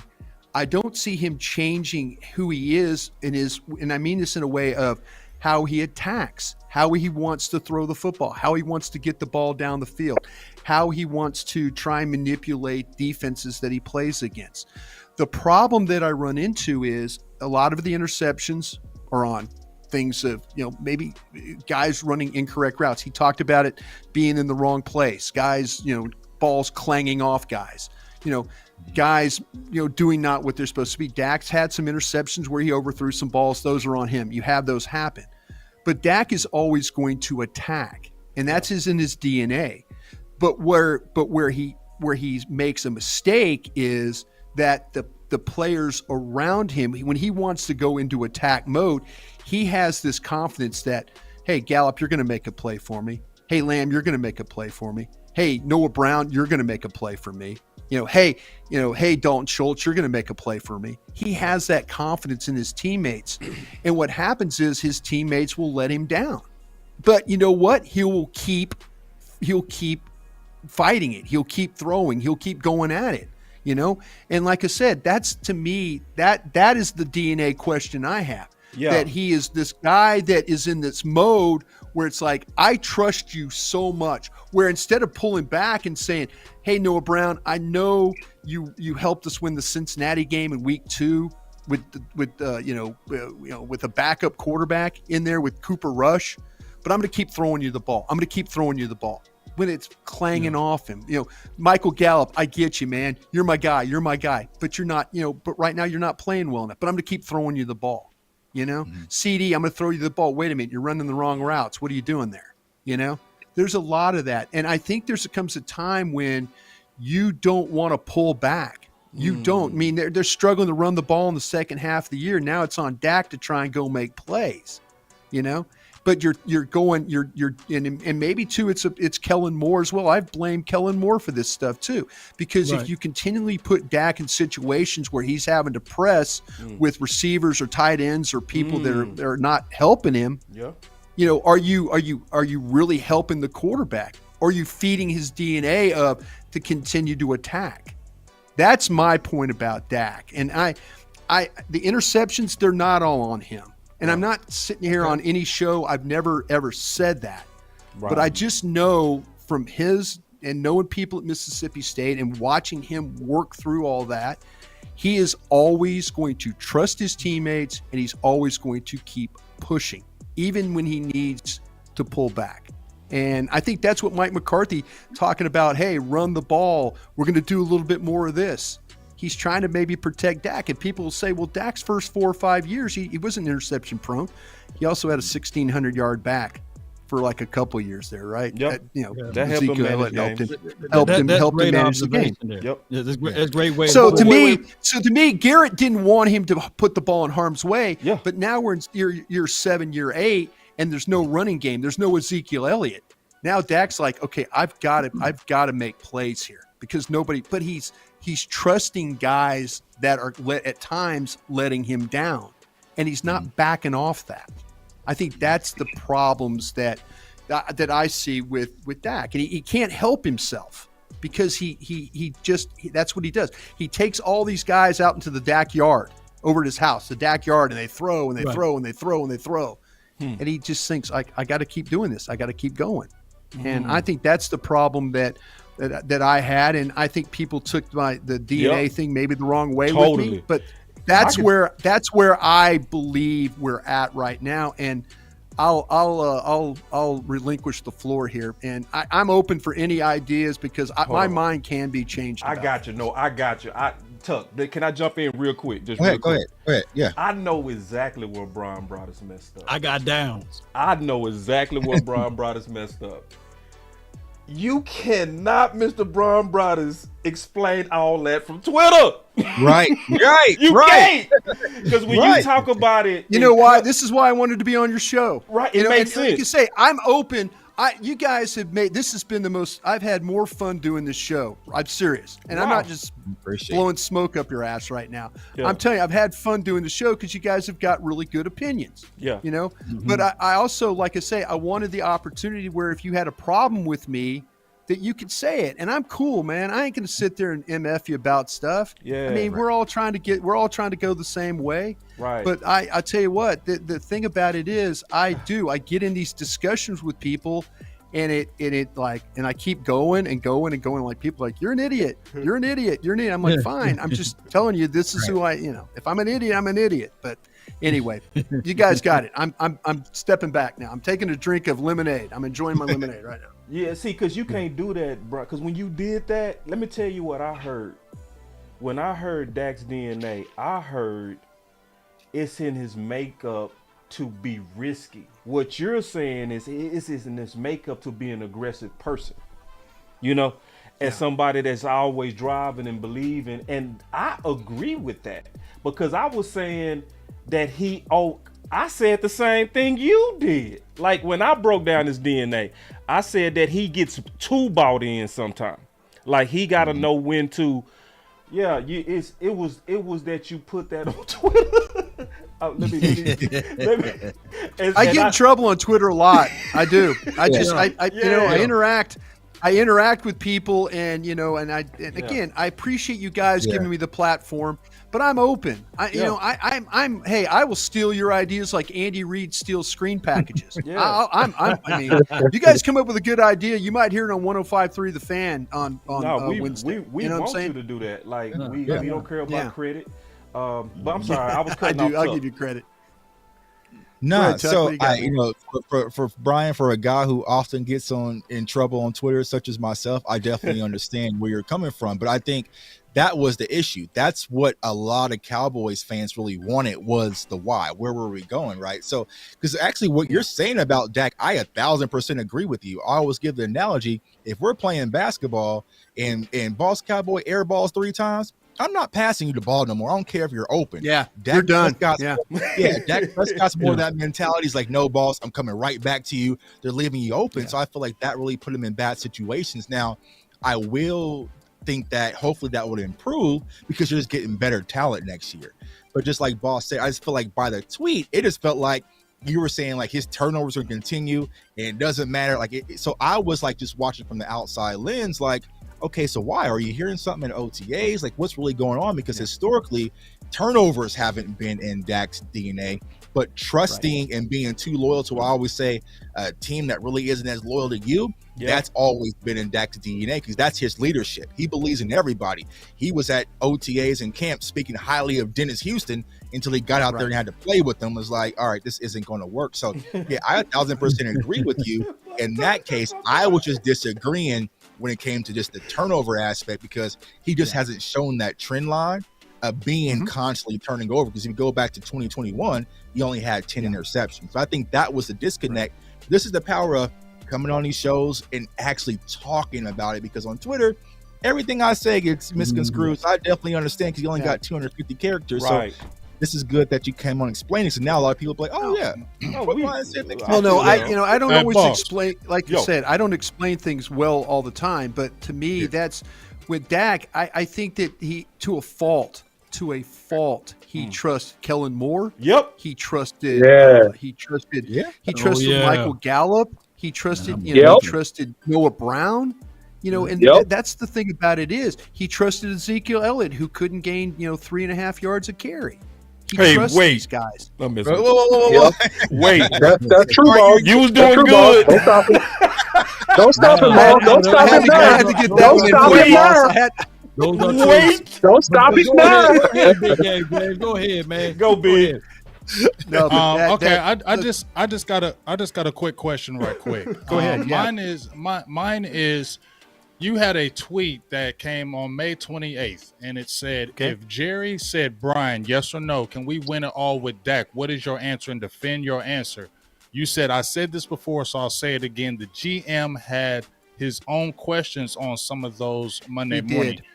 So I want you kind of expand upon that, because here's my thought before you give me an answer. Thank you for reading my Twitter. I appreciate that. Yeah. So before you answer this, I've been having my own thoughts. I've said this, I could be wrong, where I felt like Stephen Jones and the Joneses have always questioned like Dak, like, yeah, they love him, but do they love him like he's our guy to take us all the way? I feel like that they still have those own questions. So can you clear that up for me? Are they fully all in on Dak, or do they still have questions about him? I think, to me, and that comes from a conversation that this was probably 2 years ago that I had, and that's the thing of working at DallasCowboys.com and living in that building, that you have the ability to run into people and talk to people on the staff about it, and and it was coming down to when Dak was doing the contract extension, when they were working with Todd France and all that.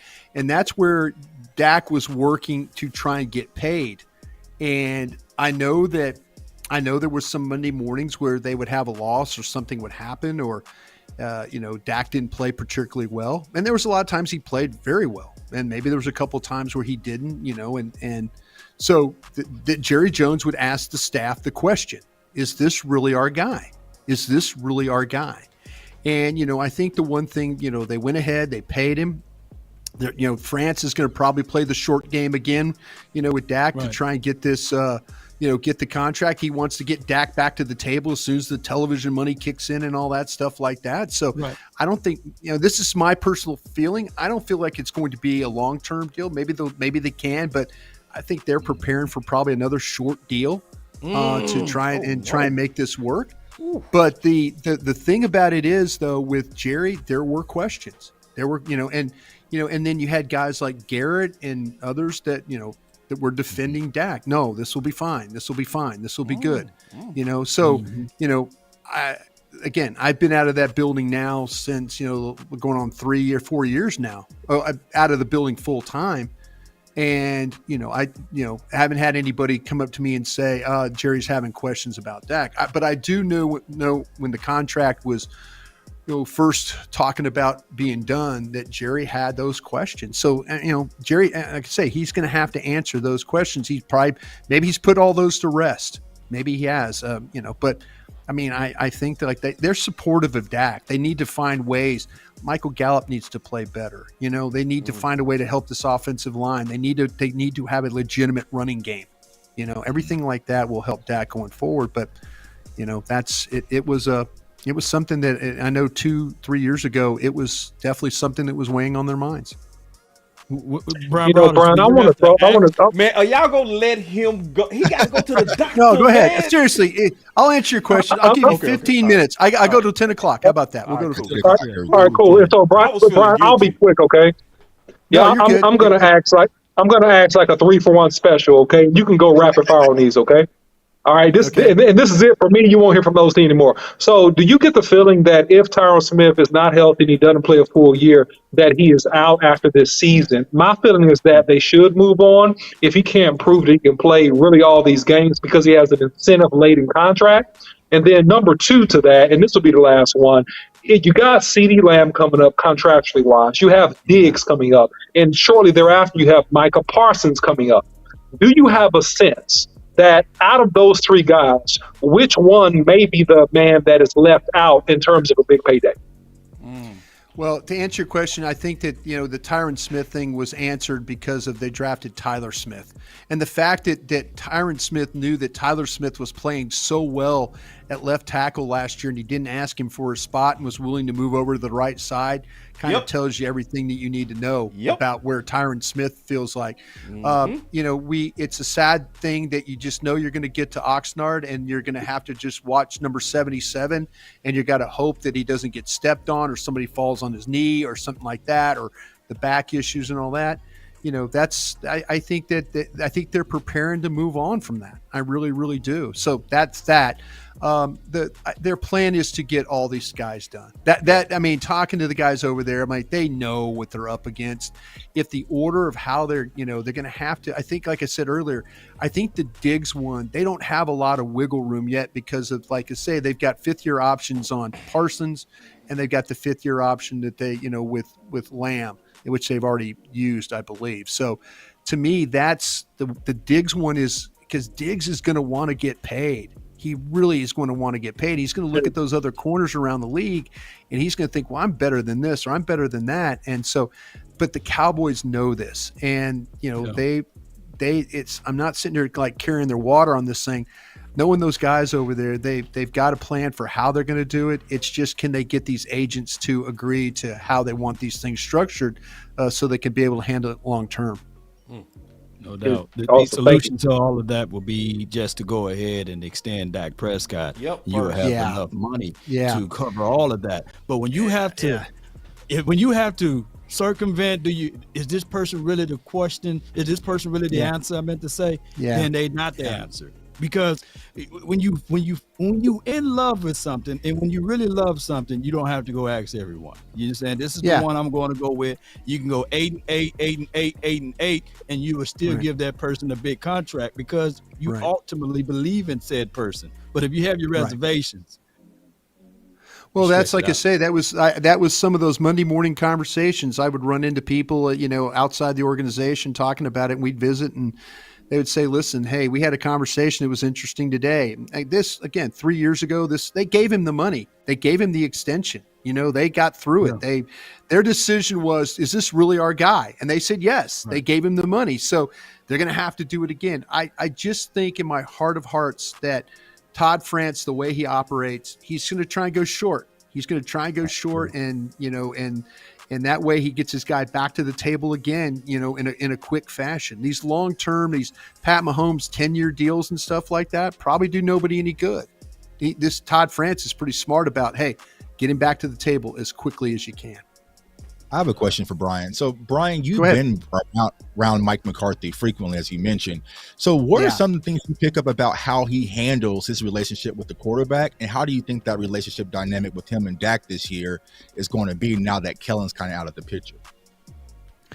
Yeah, it's going to be interesting to see because I think that really, we'll see with Scott Tolzien what's going on. All right, this is what I got to do. You guys talk among yourselves. I got to plug my battery in real quick. Okay, talk among yourselves here, and I'll try not to get knocked off here. All right, I'll be right back. Oh, we can fly planes just fine. So I got these super chats, man, from Coach Marv. Me too, man. And I got some. Oh my God, they done stacked up. Let's go. You go one. I take one. Let's go rapid fire. The other one went away, but he says, "Law, the Dak key is the details and efficiencies of the player." I got the same thing from Coach Details, Marv. Law, make sure that Dak is more efficient, and that will equate, a better Dak Prescott play. And then the other super chat from Coach Marv, we really appreciate you, my dog. He was talking about, to alleviate the responsibilities of running backs blocking. You use them in the backfield of throwing the ball, make sure that they leak out and these sorts of things. So shout out to you for that. I just paraphrased that $10 super chat. We really appreciate you, Coach Marvin. We thank everybody for sharing. I got a couple of super chats. Let me jump in real quick, and then we'll just keep going until he get back. Spock saved me, said he didn't get those jobs last year. And Coach Marv said, boss, ask Bryan about Parsons being the first 125 tackle, 17 sack, and 3 interception guy as soon as he get back. As soon as he get back. That's the first question I'm asking. And then, you had one. No. I was gonna say, I thought you were done. All right, Zeke Cabo like COVID. Oh, y'all messed up. Then somebody gave a super chat, said, get him, OC. Yeah, the OC, he goes hard. And then we got another super chat. He said, this is way too fun from Spock. Save me, man. I appreciate that, big dog. Do you have some more over there? No. Okay, I got some more over here. Go ahead. He said Kellen Moore got elevated by Dak. Yeah. True. And those were the things that I was going to bring up to Bryan Broaddus. I was going to say, peer to peer, you're not going to get that much elevation from someone. There's no comfort in success. But yeah, what we got, Peebo? Yeah, and Bryan Broaddus really must be having fun. He going to charge his phone and everything. I'm like, back. And he having fun. He like, let me charge my phone to come sit down. This is how you know he loves football. I knew my battery. God dog. We have on this show. We got bad internet. We got bad batteries. We've got all kinds. Yeah. So I plugged in. And I was going to get a question. Who had a quick Tuck? Did you have a question? Somebody have a question? Yeah, it was about the Mike McCarthy Dak Prescott relationship. Yeah, that's. I know that Mike has always worked well. My guys in Green Bay. I was not with Mike. I was with the Mike Holmgren administration in Green Bay is where I was. So I wasn't with McCarthy, but a bunch of my friends, Teddy Thompson, who was a general manager up there for a long time, Brian Gutekunst, those guys, I all know them very, very well. And the thing with Mike is they've always talked about him as being somebody that does a really nice job of working with the quarterbacks, but he's really going to lean on Scott Tolzien. He's going to lead on Brian Schottenheimer. He's going to be a guy that is, Mike's, he's running the team. That's his job. It's his responsibility. Mike likes to delegate to his coaches, and the interactions that I've seen on the field so far, Mike calling the plays, Mike being, involved with what Dak's doing and stuff like that. We'll really see that when we get to, we got the mini camps this week, or the OTAs actually tomorrow, Tuesday, Wednesday, Thursday. Right.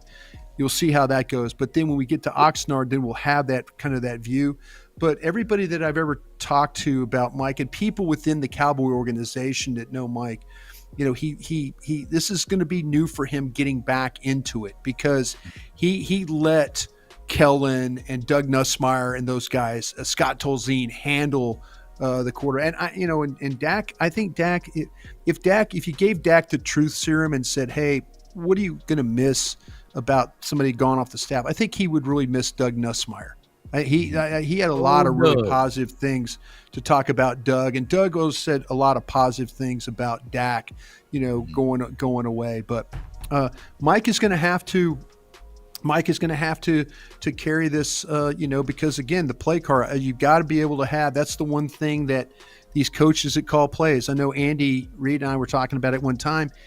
He's like, listen, if you're going to call plays, he had Eric Bieniemy that he leaned on, quite a bit. Mike Kafka, who's now with the Giants, he leaned on those guys. And, but you have to have that ability to know what your quarterbacks want to do in these games and these situations and stuff. So there'll be that's another one of those little hurdles that I think that the Cowboys are going to have to get over as this season goes along. But the reaction from the Green Bay guys and the Dallas guys that Mike is good working with, not just working with the quarterbacks, but working with the entire team. Broaddus, in the booth, in the box, or on the field, how would they do that dynamics over there in Cowboys now? Yeah, I think, Kellen was on the field as the primary play caller. So Mike will be primary play caller. I think that what you'll have is they'll probably have Tolzien down, the quarterback coach down on the field. You'll probably have your running back coach up. You'll probably have your tight end, Lunda Wells. I don't think Lunda was – I can't remember if Lunda's up or down, but it'll be different. Mike, he'll have the ability to click on and call the plays, but he'll have Scott there to work with the pads on the sidelines, and then he'll have his running back coach upstairs. His assistant line coach will be upstairs, and those are the guys that'll be trying to primary doing telling where Mike is on the field. Hey, you think that would be left hash plus 25, boom, that kind of thing. Yeah. You think it'd be beneficial? You think it would be beneficial for this team, or will it be much to Mike the call same? the plays? No, I'm talking about where they located at from the bird's eye No, view. I think, 22 and you could have your OC. Yeah. You could have your OC upstairs too. I know Schottenheimer's called plays before, but with Mike being on the field, Bryan might be upstairs, and that way, just kind of walking him through. Hey, check this, keep this in mind, that kind of thing. So we'll see how the dynamic. I'm sure somebody will ask that question preseason. They got the 3 games. We'll see how they operate with that. But if I had to guess, like I say, quarterback coach down, OC up, and then Mike being the primary play caller on field. Real quick, y'all. Real quick. We got to get into our final words if we're gonna, get him out. Time because I'm really trying to look out for you, Bryan. You got to appreciate go to it. No, man, we're good. We're good. I do. No, yeah, I do. Gotta, I do got to go here. I got an early life. wake up call tomorrow. Yeah. But no.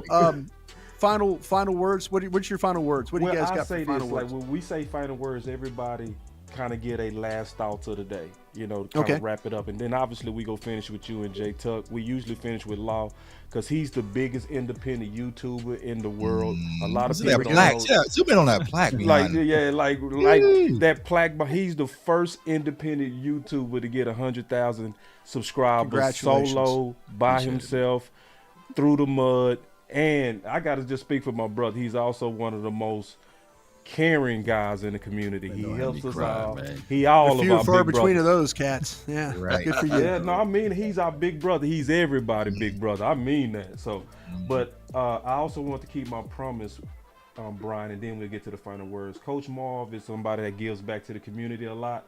He calls into everybody's channel and he wants to get your opinion on encouraging Micah Parsons to be the first to get 125 tackles. Wow. 17 sacks and 3 interceptions. So he basically saying somebody need to get that encouragement to him to try to get a mold under him to get him going. So I want to make sure I kind of fed that. So let's get into these final words. Thank you. When I run into Mike, I'll remind him that Coach Marv needs him to play big time.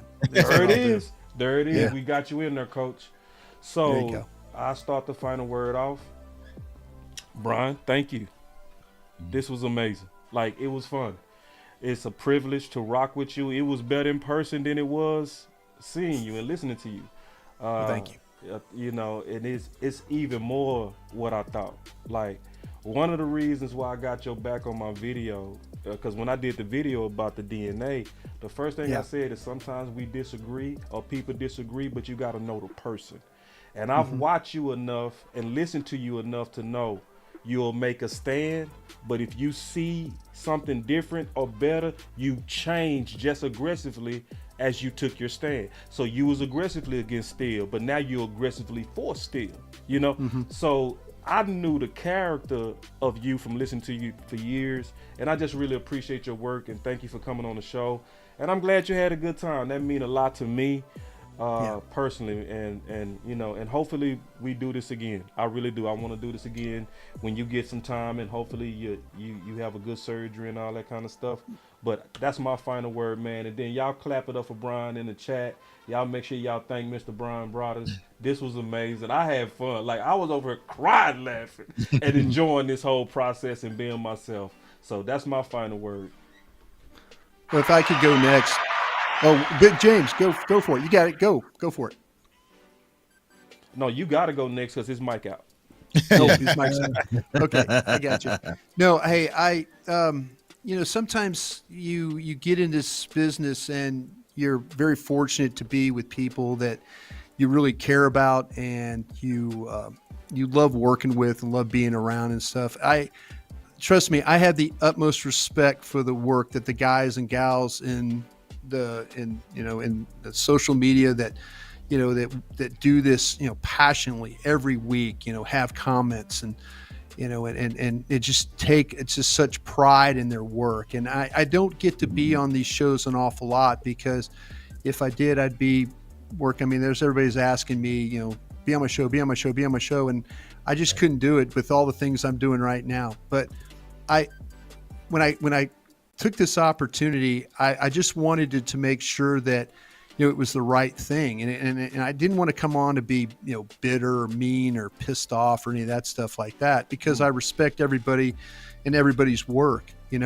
I've learned a lot over the years doing this, though. If you have disagreements with people, the best way to do is to talk it out. The best way to do is if, hey, you give me your side, I'll give you my side, and this is where we'll do. You guys are a hell of a lot of fun. Again, I really enjoyed myself tonight. Like I said, I didn't come in here with a chip on my shoulder. I just wanted to have good conversation. I thought we had a great time. I really did. I'd love to come back some other time. You guys are, like I say, a hell of a lot of fun. Just keep doing what you're doing.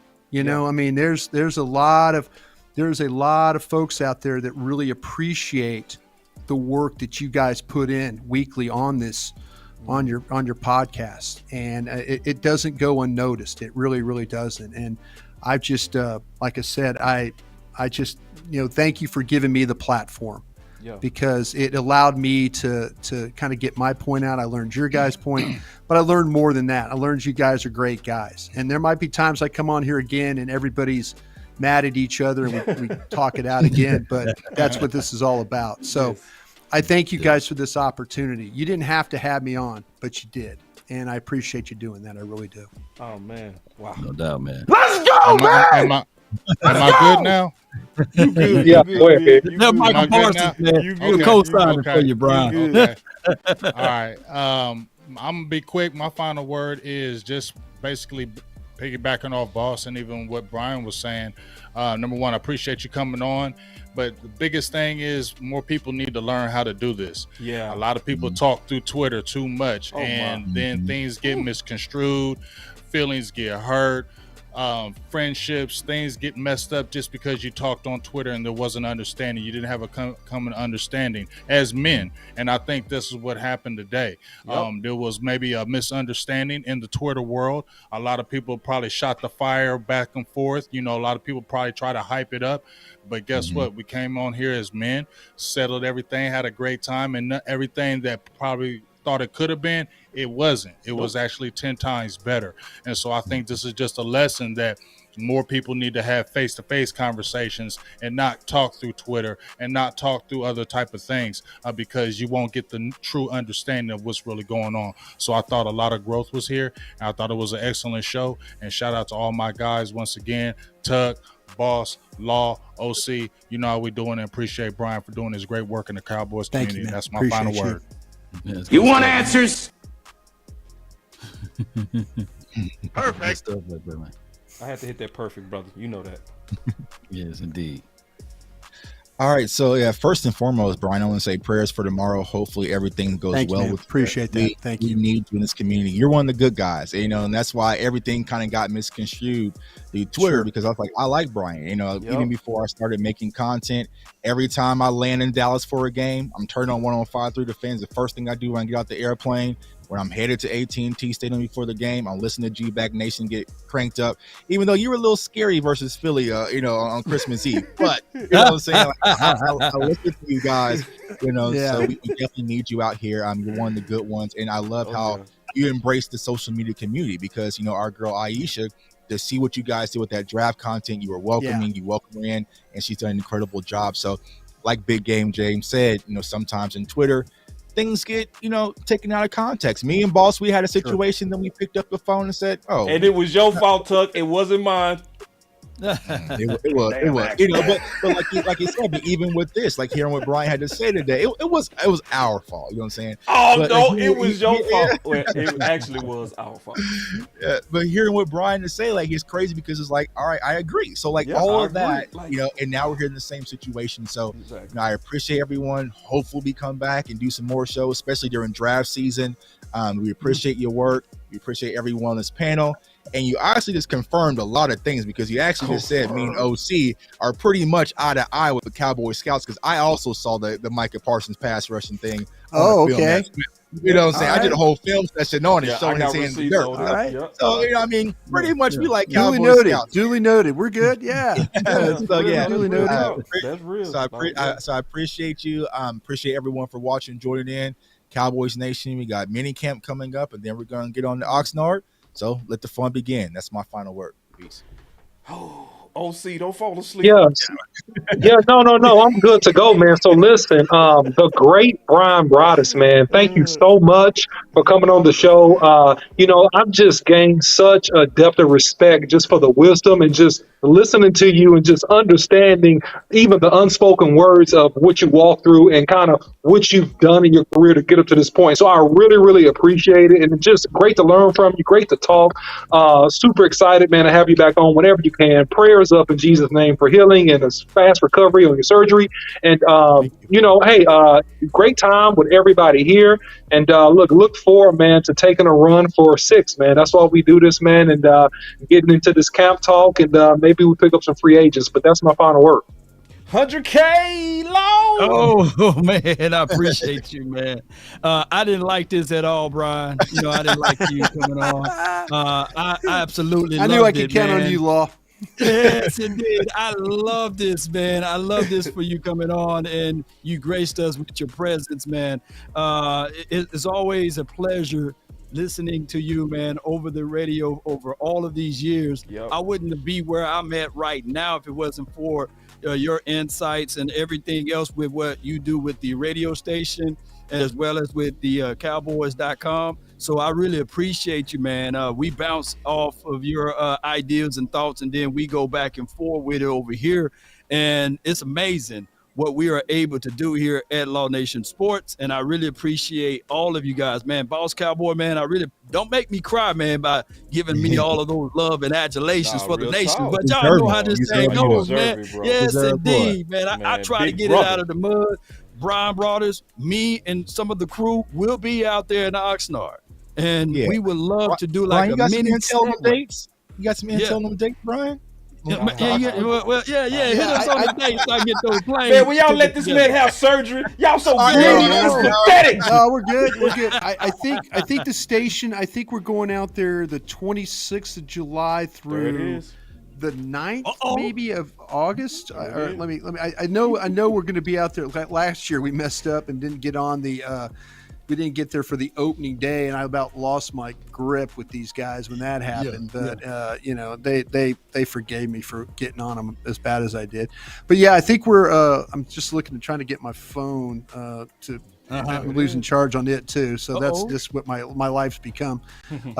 Yeah, we're going to be there like that the 26th through actually the 4th of. So yeah, we got about a week of shows out there is what we're going to do. So I tried to talk him into letting us stay longer. But yeah, if you guys tell me when you're out there, I'll do anything. And then if you want to come back around, we want to circle back around, boss. Just let me know when you guys are doing a show. Yep. If there's anything topics we need to go through, I'll be happy to jump back on. Okay. Camp review, man, with Bryan Broaddus. Y'all said it, man. Y'all heard it from him, man. You guys teach me. You guys teach me. We'll do a show from camp. How about that? Yeah, let's do a show from camp. Oh, wow. Come on, sponsors. Y'all hear that, don't y'all? You know y'all hear that, don't you? Come on. Absolutely. We'll do a show. The realest. Yeah. All right, let's get up out of here. Appreciate y'all. Bryan, go ahead and. Hey, thank you guys again. God bless you all, man. Appreciate you. Just keep fighting the fight, guys. Keep fighting the fight. We'll see you, boys. Speedy recovery, man. On the thank you, man. Thank you, Salute. Take care, guys. See ya. Thank you. Man, we had a great time. We didn't have a good time. We had a great time. We got some nuggets. Let's go, man. Let's go. Where that button out. Let's go. I just wanna run it up. It ain't too loud. Check this out. I've been really in the field. Coach Moore with the super chat. Those who sweat more in peace, we need less in war.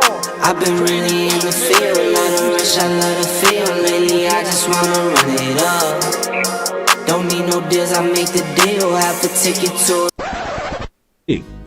There it and is. if it was up to me, if it was up to little old me to make a pick, it would probably go a little something like this. And with the 17th pick of the 2020 Dallas Cowboys NFL Draft, the Dallas Cowboys select CeeDee Lamb. What a day it was, man. What a day it was. Yeah, man. What's the lottery numbers? War Daddy. That's the video I said it, boy. Yeah, what's the lottery numbers, Jay Tuck? I ain't got it. I'm honest. I will move down. Hey, y'all, real quick, man. Everybody, man, you know. Boss could be a trade down. Y'all really do. On your own time. We got to trade. We Say got a to prayer trade. for Bryan Broaddus. We got to trade. I said it's the place to move. We were just here talking Justin Fields. The man stayed with us. Right. 2 hours. 2 hours. 2 hours. And we was trying to kick him out, y'all. We was trying because we was looking out for him, trying to make sure that, you know, he go to bed for surgery. Right. I had to have surgery. So he blessed us tonight, y'all. So let's just bless him back. Just say your prayers for him. I want him to be okay. This was fun. So I just wanted to put that out there real quick. As a rush defensive end, right? If you Everybody, draft y'all him and tweet you put Bryan him on Broaddus the some end, prayer emojis, man. Yeah, prayers. For real. That was Prayer dope. emojis, for He real, rocked for real. with us. It was pure 2 hours. passion, bro. You could tell he loved it, man. You know what I mean? Like, he charged his phone to come back and talk more football. That is love for the game. That ain't love for us. That's love for the game. And you can just see it, and I appreciate it. In my head, I'm top 10, yeah, that's hands down. You a squad, know you're looking man down. Funny how foes turn to friends now. So the Cowboys just selected Jake Ferguson with pick 129. Hey, I'm good. I love the pick. I love the player. I know that a lot of people will say that this is probably a reach. This is about where I had Jake Ferguson. Really solid player from Wisconsin. He can do all of it. He can block. He can run routes. He can actually make people miss in the open field. Have a race car like a target and call filling up. I need product again. Treat the business like a playground. Might slide on you. Do me wrong, might slide on you. Do a backflip cause I'm mad rich. I'm the definition of what that is. Go hard or go home. Go hard or go home. Go hard or go home. Go hard or go home. Touchdown like the end zone. Touchdown. When the circle turn to my home. Can't get me out of my zone. Go hard or go home. Go hard. Go hard.